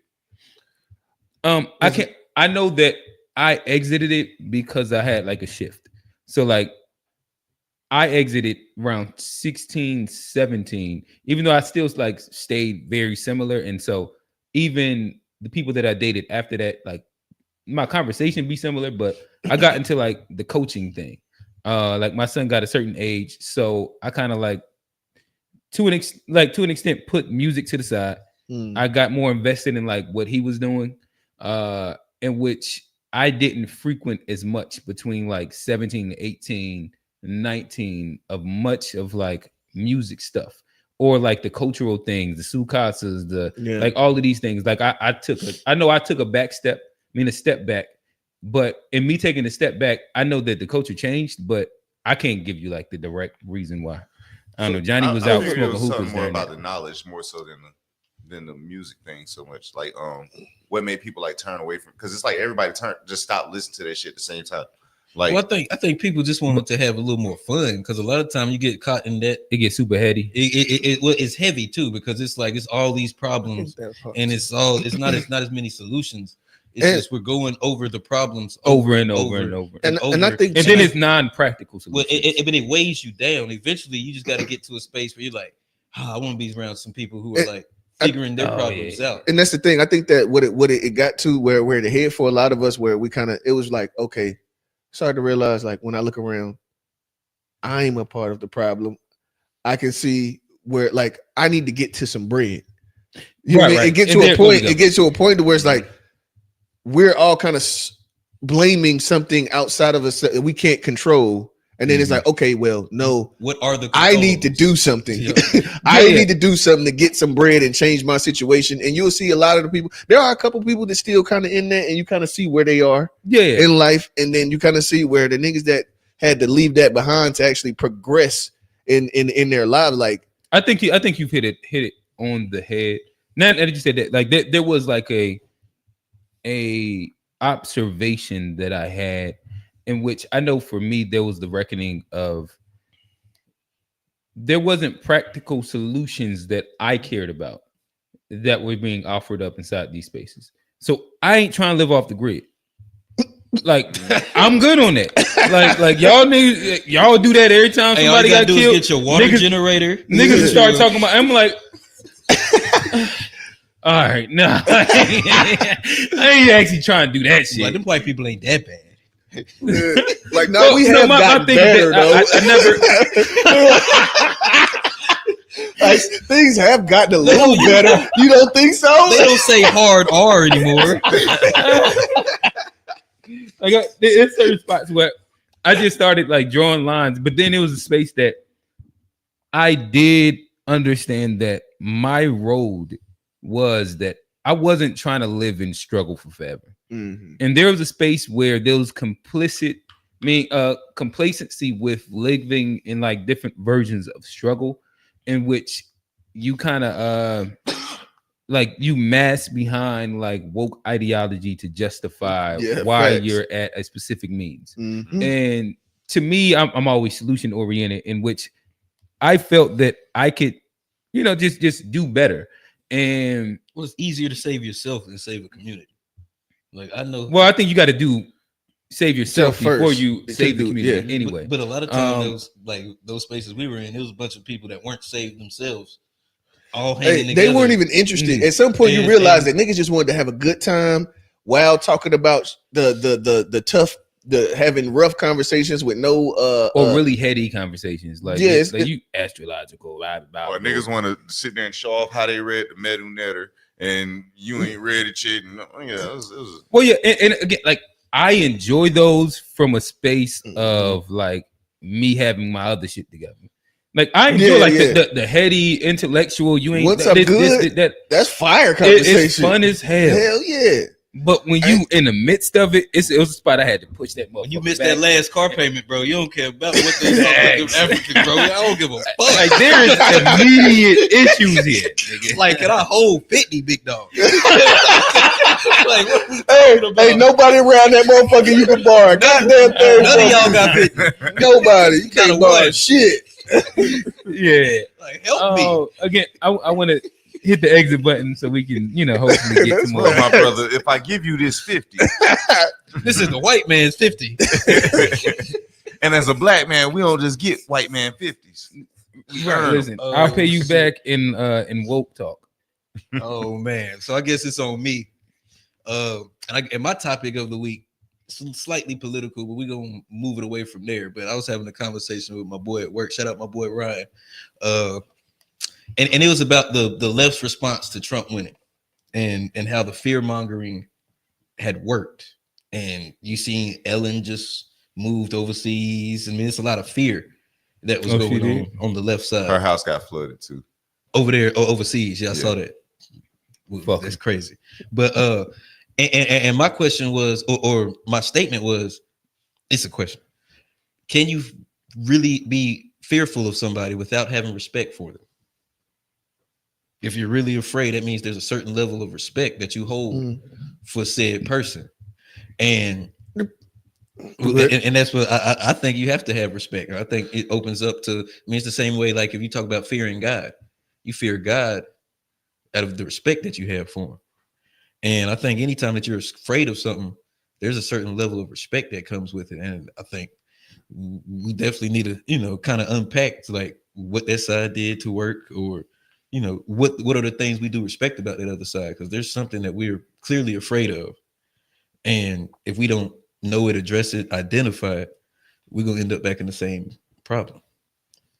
You remind me of that quote, would you rather be loved or feared? And that was the same conclusion that comes out of that quote, as far as like, if you feared, you get respect. I heard it from a movie or something. I can't remember what it was. But. Yeah, I've heard that conversation unpacked a couple times. I agree with like your general sentiment that there's a certain level of respect to. Are you saying like to have fear? To have fear of something, you have to almost like I think that's innate inside, almost like the understanding of said problem or issue is that you fear it because you respect the consequences that it could yield. Mm-hmm. No, I'd agree. And I don't necessarily like the thing is that as I continue to look at like what the people at Trump's hiring, I started to think about it's okay, like, okay, this shit is rocky. You know what I mean? Like he's picking some people that it's like, shit, so, they could be right. You know what I mean? They could be right. But we'll see. I'm not afraid in the sense of like, I'm thinking the end of democracy or anything like that. But I also think that there's nothing that's going to be great forever. Like they say, this country's been great. At the end of the day, we also know that there's some changes that need to be made. So I believe that with the type of changes that need to be made, there is going to be some unrest. Things are going to get bad. And then if we're going to, in order to, yes, you're going to have to rebuild the thing. You know what I mean? Things are going to get bad. Like when I look at like, I don't have any confidence in what the fuck he's doing at this point. Like where he was talking about the pretty much a new war on drugs. Mm-hmm. You know what I mean? I mean, there's some the police immunity, which I did a little research, and I mean that's a slippery slope. Yeah, I mean he's been kind of like he ain't been a lot of details on it. It's to me, I think that you can, hey, we'll have to wait and see. You know what I mean? I didn't vote for him, but I didn't vote for her either. So like it's just one of those things where to me, that you definitely do have to respect something to fear it. Now I want to build it out. Okay, go ahead. Now take that same sentiment. What about hate? Can you hate something without having respect for it? Like there's a lot of people that hate that side, and I think you can hate shit without. I think you can hate something without respecting for sure. Somebody can just do something bad enough to where you just despise them and hate them, or it goes against your moral compass, or like, it wouldn't be. I don't think that people like, for example, like hates. Like I mean, there can be people I don't rock with because you did something, but like I'll give you an example. I hate. So I don't think that if we're using like hate and fear, when we speak about like the LGBTQ community, generally speaking, I think that someone might call homophobic, if they're just purely that, and like there's no underlying reason, just like regular, like they just don't like that. They just don't like that action. It's not they fear that action is going to get them or something like that. They just might not be like biblically for it, and they believe like you know, like we go with like the Bible Christians that against that. Even that, like I don't. You think they fear the fact that it's contagious or something? I don't know, but like my thing is, I don't agree with the community, but I don't, and whatever my beliefs are, if you go against it, I don't hate you for it, and I don't hate that community. I just let them rock. No, but the people that have like a hate for that community, there is a deeper issue there. I think every time, like, why do you hate this thing so much? Is it that you actually like feel this way and are trying to hide it, or do you have somebody in your life that ended up in this community? Well, I mean, I think I understand what you're saying, but I think that like if you come from like the religious, like a person who's super like into their religion, for them to hate it, I think that. But I definitely think that if you don't have like a religious reason or something that's like really tied into like how you built your the legs that you stand on, your foundation and everything that is of you stands this way, that if it's not that, then you probably got some underlying shit going on. Issues there. You probably do for sure. Respect for it, because you either respect the fact that you trying to hide those feelings, or there's somebody that's really close to you, a family member that had those that was going through that. So I think even like, because in order to hate something, like there has to be a certain level of respect that I had at one point and then lost it to make me feel so strongly. And that lost respect is where the hate comes from. Well, I guess it's tough for me because I don't hate anybody. Okay, so that makes it hard. I think like in order to hate somebody or to really hate something, you have to, or hate someone, you have to have loved them at some point to really hate somebody. Right. So there's a respect that comes out of fear, and there's a respect that comes out of love, and I think those can be like two totally different things to a degree. I don't know. That could be. I just don't hate anybody. I don't really know. I don't hate anybody either, but like I don't think that a lot of people love Donald Trump, but there's a group of people that hate him. I think they don't truly hate him though. I know some dudes. I know some guys that no, I'm saying, but like I think if we talk about like if we just say the general people that left, hate Donald do you Trump think that the general him? left? No, all right. So we talking about different things. You're putting like fear and respect. I'm talking about like if we're just talking about the left. Do you think the left just loved Donald Trump? Hell no, the left. Right. No. So like I think that they hated him, and they hate him just because they hate him, and like whatever they believe that he stands for. There wasn't a affirmative beforehand. There wasn't like in love for him, and then we hated. Sure. That's all I'm saying. Yeah, for sure. That's true, but I think the hate is still based on a respect, though. Oh, I'm not arguing. Okay. I'm not arguing it. All right, and then Tone touched on, because I was going to build it up even more to kind of wrap it back around, but I think love and respect go hand in hand too. I think it's hard to like. I don't think you can love something without having a respect for it.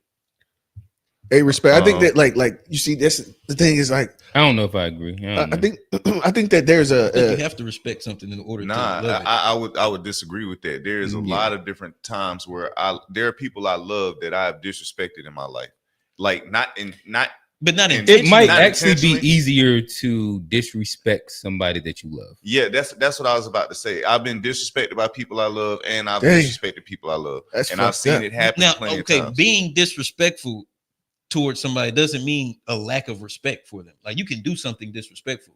Like I've done disrespectful shit to my parents. Don't mean that I don't have respect for them. It's just that makes sense. Like it's just the one action. That makes sense. Yeah, that just brought the conversation out a lot. I don't know. I understand what you're saying, and I don't disagree with that. It's like it's a tough one, but like I mean, I had a. Could you play the meme? So at what point does it? Go ahead, play the meme, because I do want to get the Rails question too. So I don't want to bog this down. Oh yeah, play the girl at the top middle. Right here. Yeah. I'm going to say this and I'm not going to elaborate. I just feel like people should be a little bit afraid of you. Well, I don't know about y'all, but I don't want anybody to be scared of me. I hope when you see me, you have nothing but happy thoughts and wishes, and I really don't even want you to love me if I'm being honest. I just want to be respected or not disrespected at the very least. It's like somebody's scared of you, they'll kill you. Mm-hmm. Oftentimes the people that we love will do us the worst, but when you're respected, that's usually where the line is drawn at, man. When you're respected, people treat you really great in my experience. Sometimes people don't treat you great. Sometimes they disrespect you, and you got to do something to them.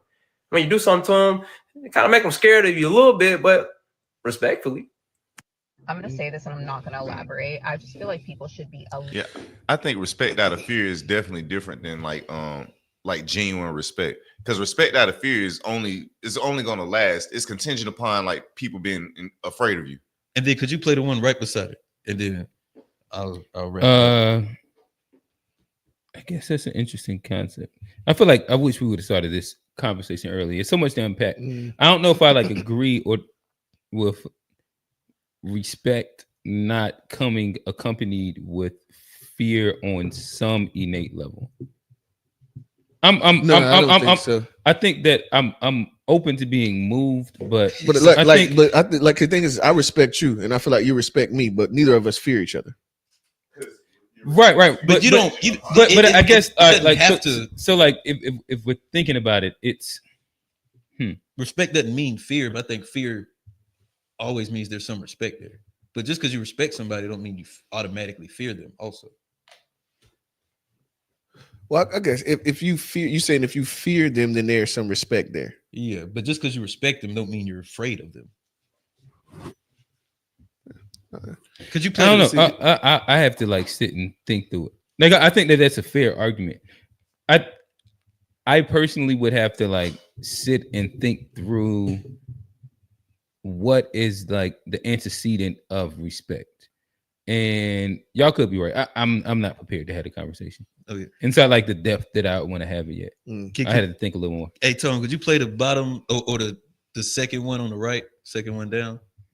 Johnny getting off a second meme section. Nigga, we trying to get to the man. I don't feel like women love men unconditionally. Like I feel like niggas gotta accept that. Niggas be searching for unconditional love. They love with conditions. It's just what it is. It's not what have you done for me, is what have you done for me lately. Don't take it personal. Like because you accept that don't mean that you agree with it. Because it just means you understand that you're not going to find a woman in the world whose love don't come with conditions. That's not a smut to them. That don't mean they don't genuinely love Johnny, you. It what just the fuck means did this that have to if do she with met you when you was broke and you got rich, that love is going to change. People think that if a woman meets you when you down and then you get up, she could get intimidated by you growing and not wanting to see you grow because she might feel like you might want to leave her now. You be rich when you meet a woman and then next thing you poor and you think the love supposed to be no, because that security that you would provide now has her in fight or flight because she don't even know where the next meal. She's not cut out for that type of enduring that type of storm. So don't be upset at the lack of unconditional love. Understand that it's not there and realize that and accept it for what it is, but on the same time try to get unconditional respect. That's what we should be searching for from women, not unconditional love. We should be searching for unconditional respect. Unconditional respect means no matter how she feel in that moment, she's still going to respect you. No matter where you at in the world, she's going to respect you behind your back. She's not going to let nobody play with your character. She's not going to create narratives and victimize herself to diminish your character. She's not going to let the kids play with you in your absence when you're out working trying to provide for them. And she's not going to allow a situation or a circumstance to make her talk to you crazy because she has unconditional respect for you. She can keep the unconditional love because of your man, because I don't. Okay.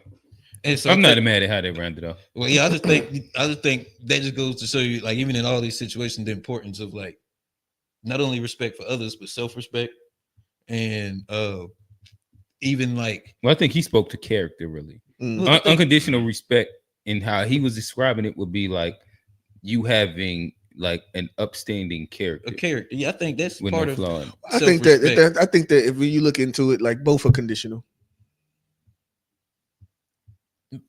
Both are conditional. Well, yeah, okay, maybe, but the respect. Well, it depends on if, well, yeah. unless you looking at it the way you saying, like I can disrespect you but still respect you.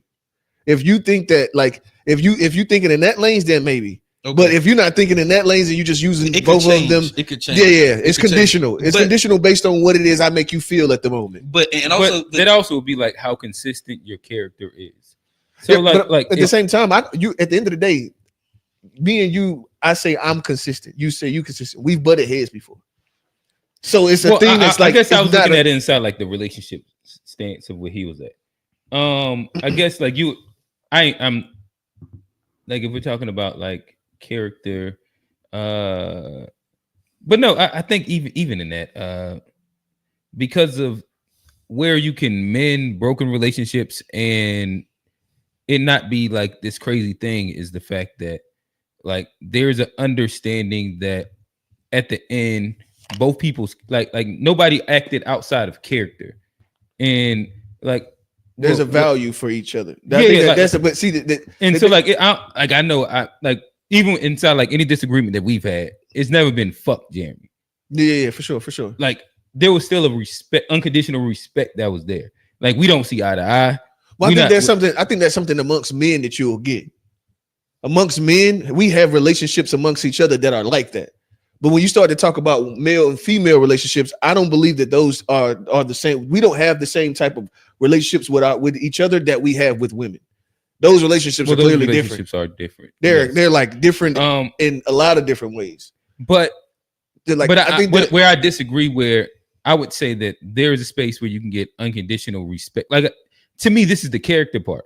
This is like who you were valued as prior to and how consistently you stayed that. But it depends on what what I'm mad about. Even if you were standing on what you were standing on, and that's like the idea of like saying like a dude that's emotionally stable, or emotionally emotionally I'm having a brain fart. Emotionally intelligent. He's not gonna put up with a woman being acting different type of ways. So let's say that she's been respectful, and then she pops off and goes, they might have, women will have a moment where they'll just fucking blank out, right? And talk different to you. And you, as they say with the man with the emotional intelligence, he just gonna pretty much let that shit, I'm not rocking with that. That's what they say, right? But to say that it's because, and what I'm saying is that do you believe that she doesn't respect you, which is the reason why she reacted that way? Or do you believe that respect is just conditional? All right. Well, I guess you presented it's a variable scenario where depending on, because even that scenario, like you have to understand why that woman valued you in general. So if she valued you just for your dollar, it's easy for her to disrespect you when shit ain't going good or bad, XYZ. Or if she valued you, like just depending on where the value system is and if that has changed. So unconditional respect inside like a relationship to me would be, and how he was describing it. Mm-hmm. Like when he's talking about like, you don't talk down about like me in front of the kids about XYZ. Like, for example, if like where you draw like the character and line of respect that is that like I'm hardworking, I make sure I take care of XYZ, this, that, and the third.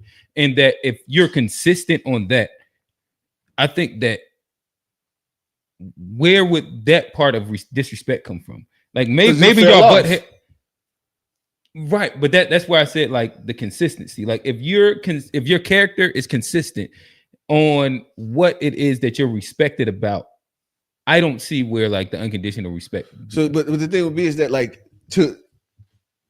real quick. So if she has placed her value in your consistency to maintain the standard of living for the family and to be consistent with that. Well, but that's not a character thing. Now that's like you're doing something. Like, but that's also character too. Because like paying money for shit, to me, that's not care. No. You saying paying money for? I'm talking about to actually to take care of the family and be the leader and all of these different like these things that let's say just all of these things that we say that men are supposed to be in their households, right? That come with tangibles, and some of them come with actual like let's say lessons and teachings and things. But do you think that the ability to provide, because like that's such a thing that can kind of almost sway depending on your job, XYZ, in comparison to being like an intelligent man that's hardworking, that will make sure that he does his all to provide whatever he can. Like how you, I think that those are different things. Whereas I agree. And to me, like the guy that's consistently still doing it, whether you got laid off, like if it's seen in that you're putting in application, you're going out, you hitting the pavement, you're doing XYZ, there's still not the smut that's gonna go on your character for what like you're known for being in comparison. If like it's only based on the fact that you can put down this bill. Yeah, I mean, as long as it don't take too long, because you'll be a broke ass nigga in goddamn about 60 days. No, yeah, that's probably okay, but yeah, that's probably accurate. But yeah, no, I just think respect is important, and we live in an age where it's so easy to disrespect people, and I think that's something we need to just be cognizant of. But I'll rest my case, and we'll transition to the great rail. No headphones. Yeah. So my question for the week was, do you owe yourself flowers? And why haven't you given them to yourself? Do you believe? And I came to this question because like I've always been like a dude that will accomplish a thing and just fucking continue moving forward. I ain't never really asked to be celebrated. I ain't never looked for celebration and all of that stuff. I kind of check a box and keep it pushing. You know what I mean? Going from the military, doing all of that stuff, coming out, going to the bank, doing that, just quitting and getting CDLs and like check continuously. Like there's a lot of moments in there that like, you know what I mean? There was some reason to like praise self.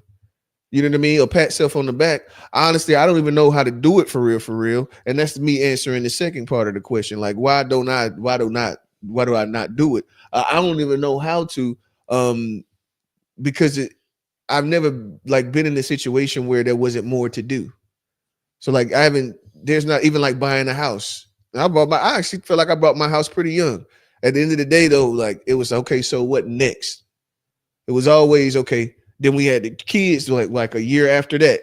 You know what I mean? So like there are accomplishments along the way, but like and I do feel like I possibly owe myself some flowers, and which could also be a reason why I think a lot of men have like these depression cycles that we have. I think it's maybe because we don't actually give ourselves praise for the things, the boxes that we do check. We always looking for the next box, and you know what I mean, and not actually sitting with ourselves and appreciating the work that we're doing to get from one place to the next.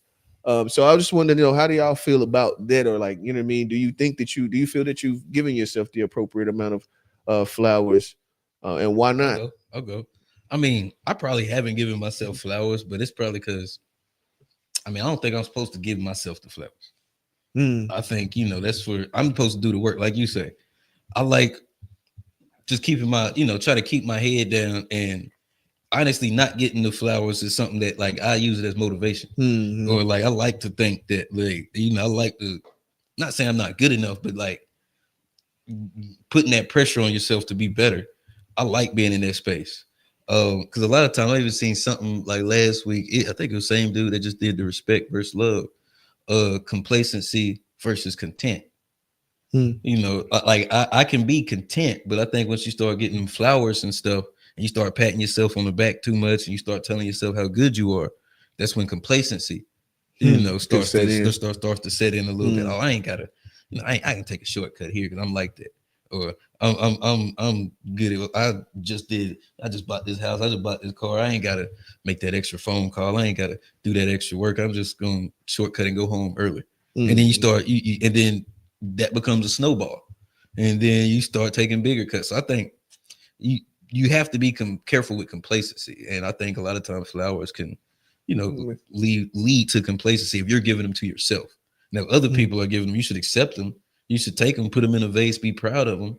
But when you start giving yourself flowers, I think it can be a slippery slope. So you don't think that it's a positive thing for your mental for you to give yourself, because the thing is that I think if you forever waiting for flowers, more often than not, you will never get them. Motherfuckers do not appreciate. That's you hear about it all the time. Like, we don't feel appreciated. And that's okay, but like, imagine if you bought your girl flowers every day.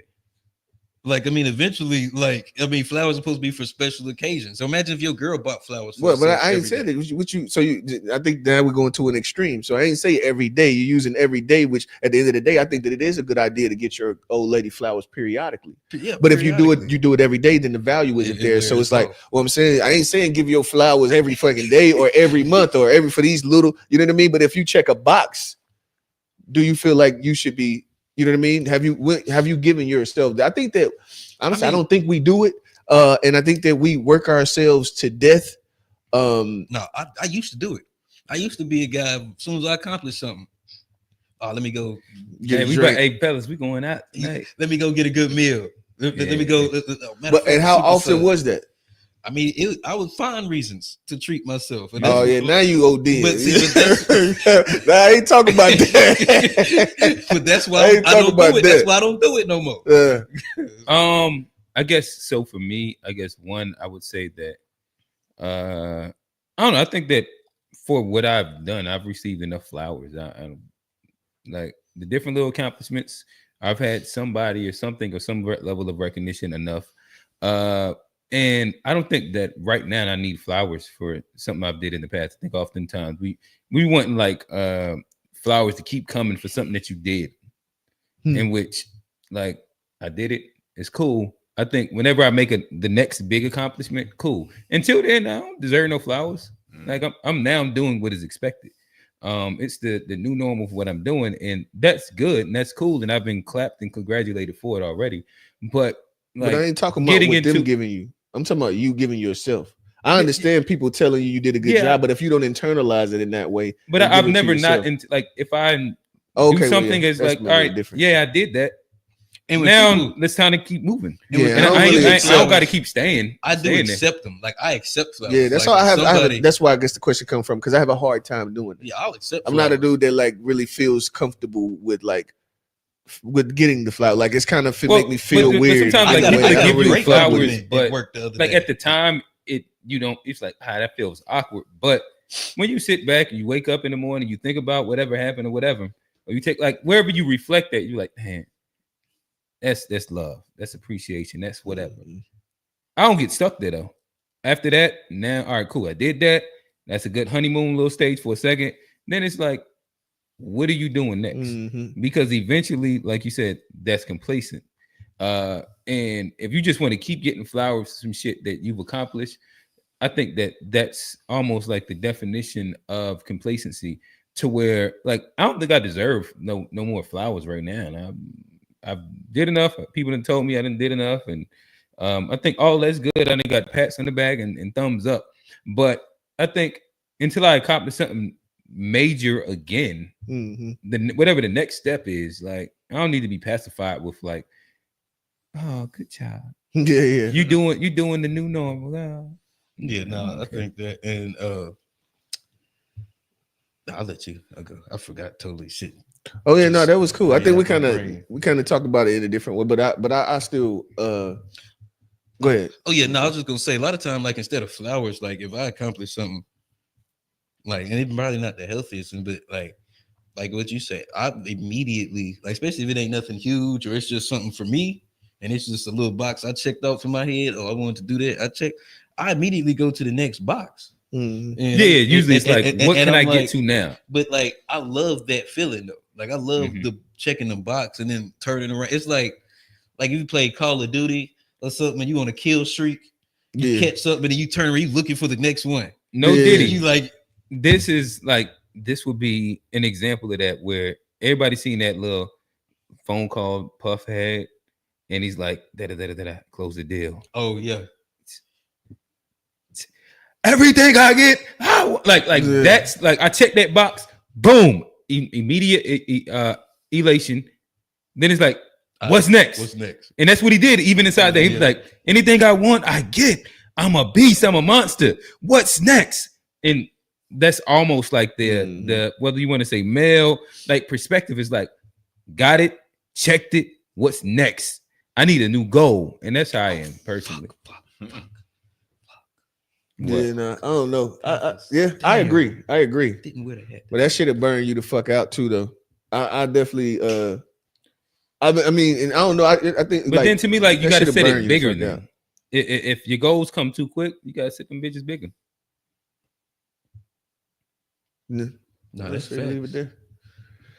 We got any more comments we want to touch on, Tone?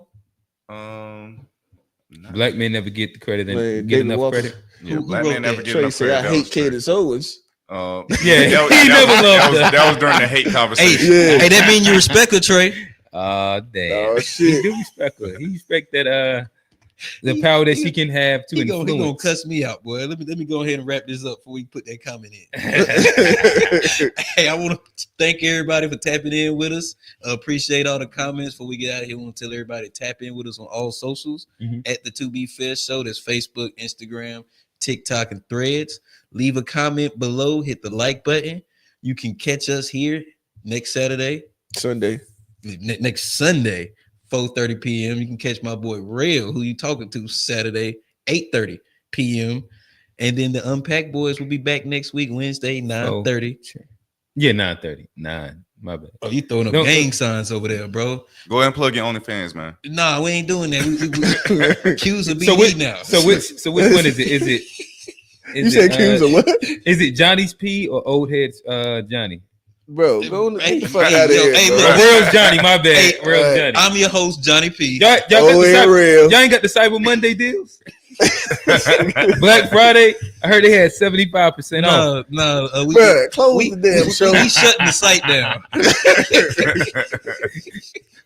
Hey, it's on you. Oh, listen, I am promoting Fuck on that. Q. Hey. It's at onq/OnlyFans. Subscribe. It's a mystery. We got something cooking up over there. Bro, bro gonna be on there doing free throws.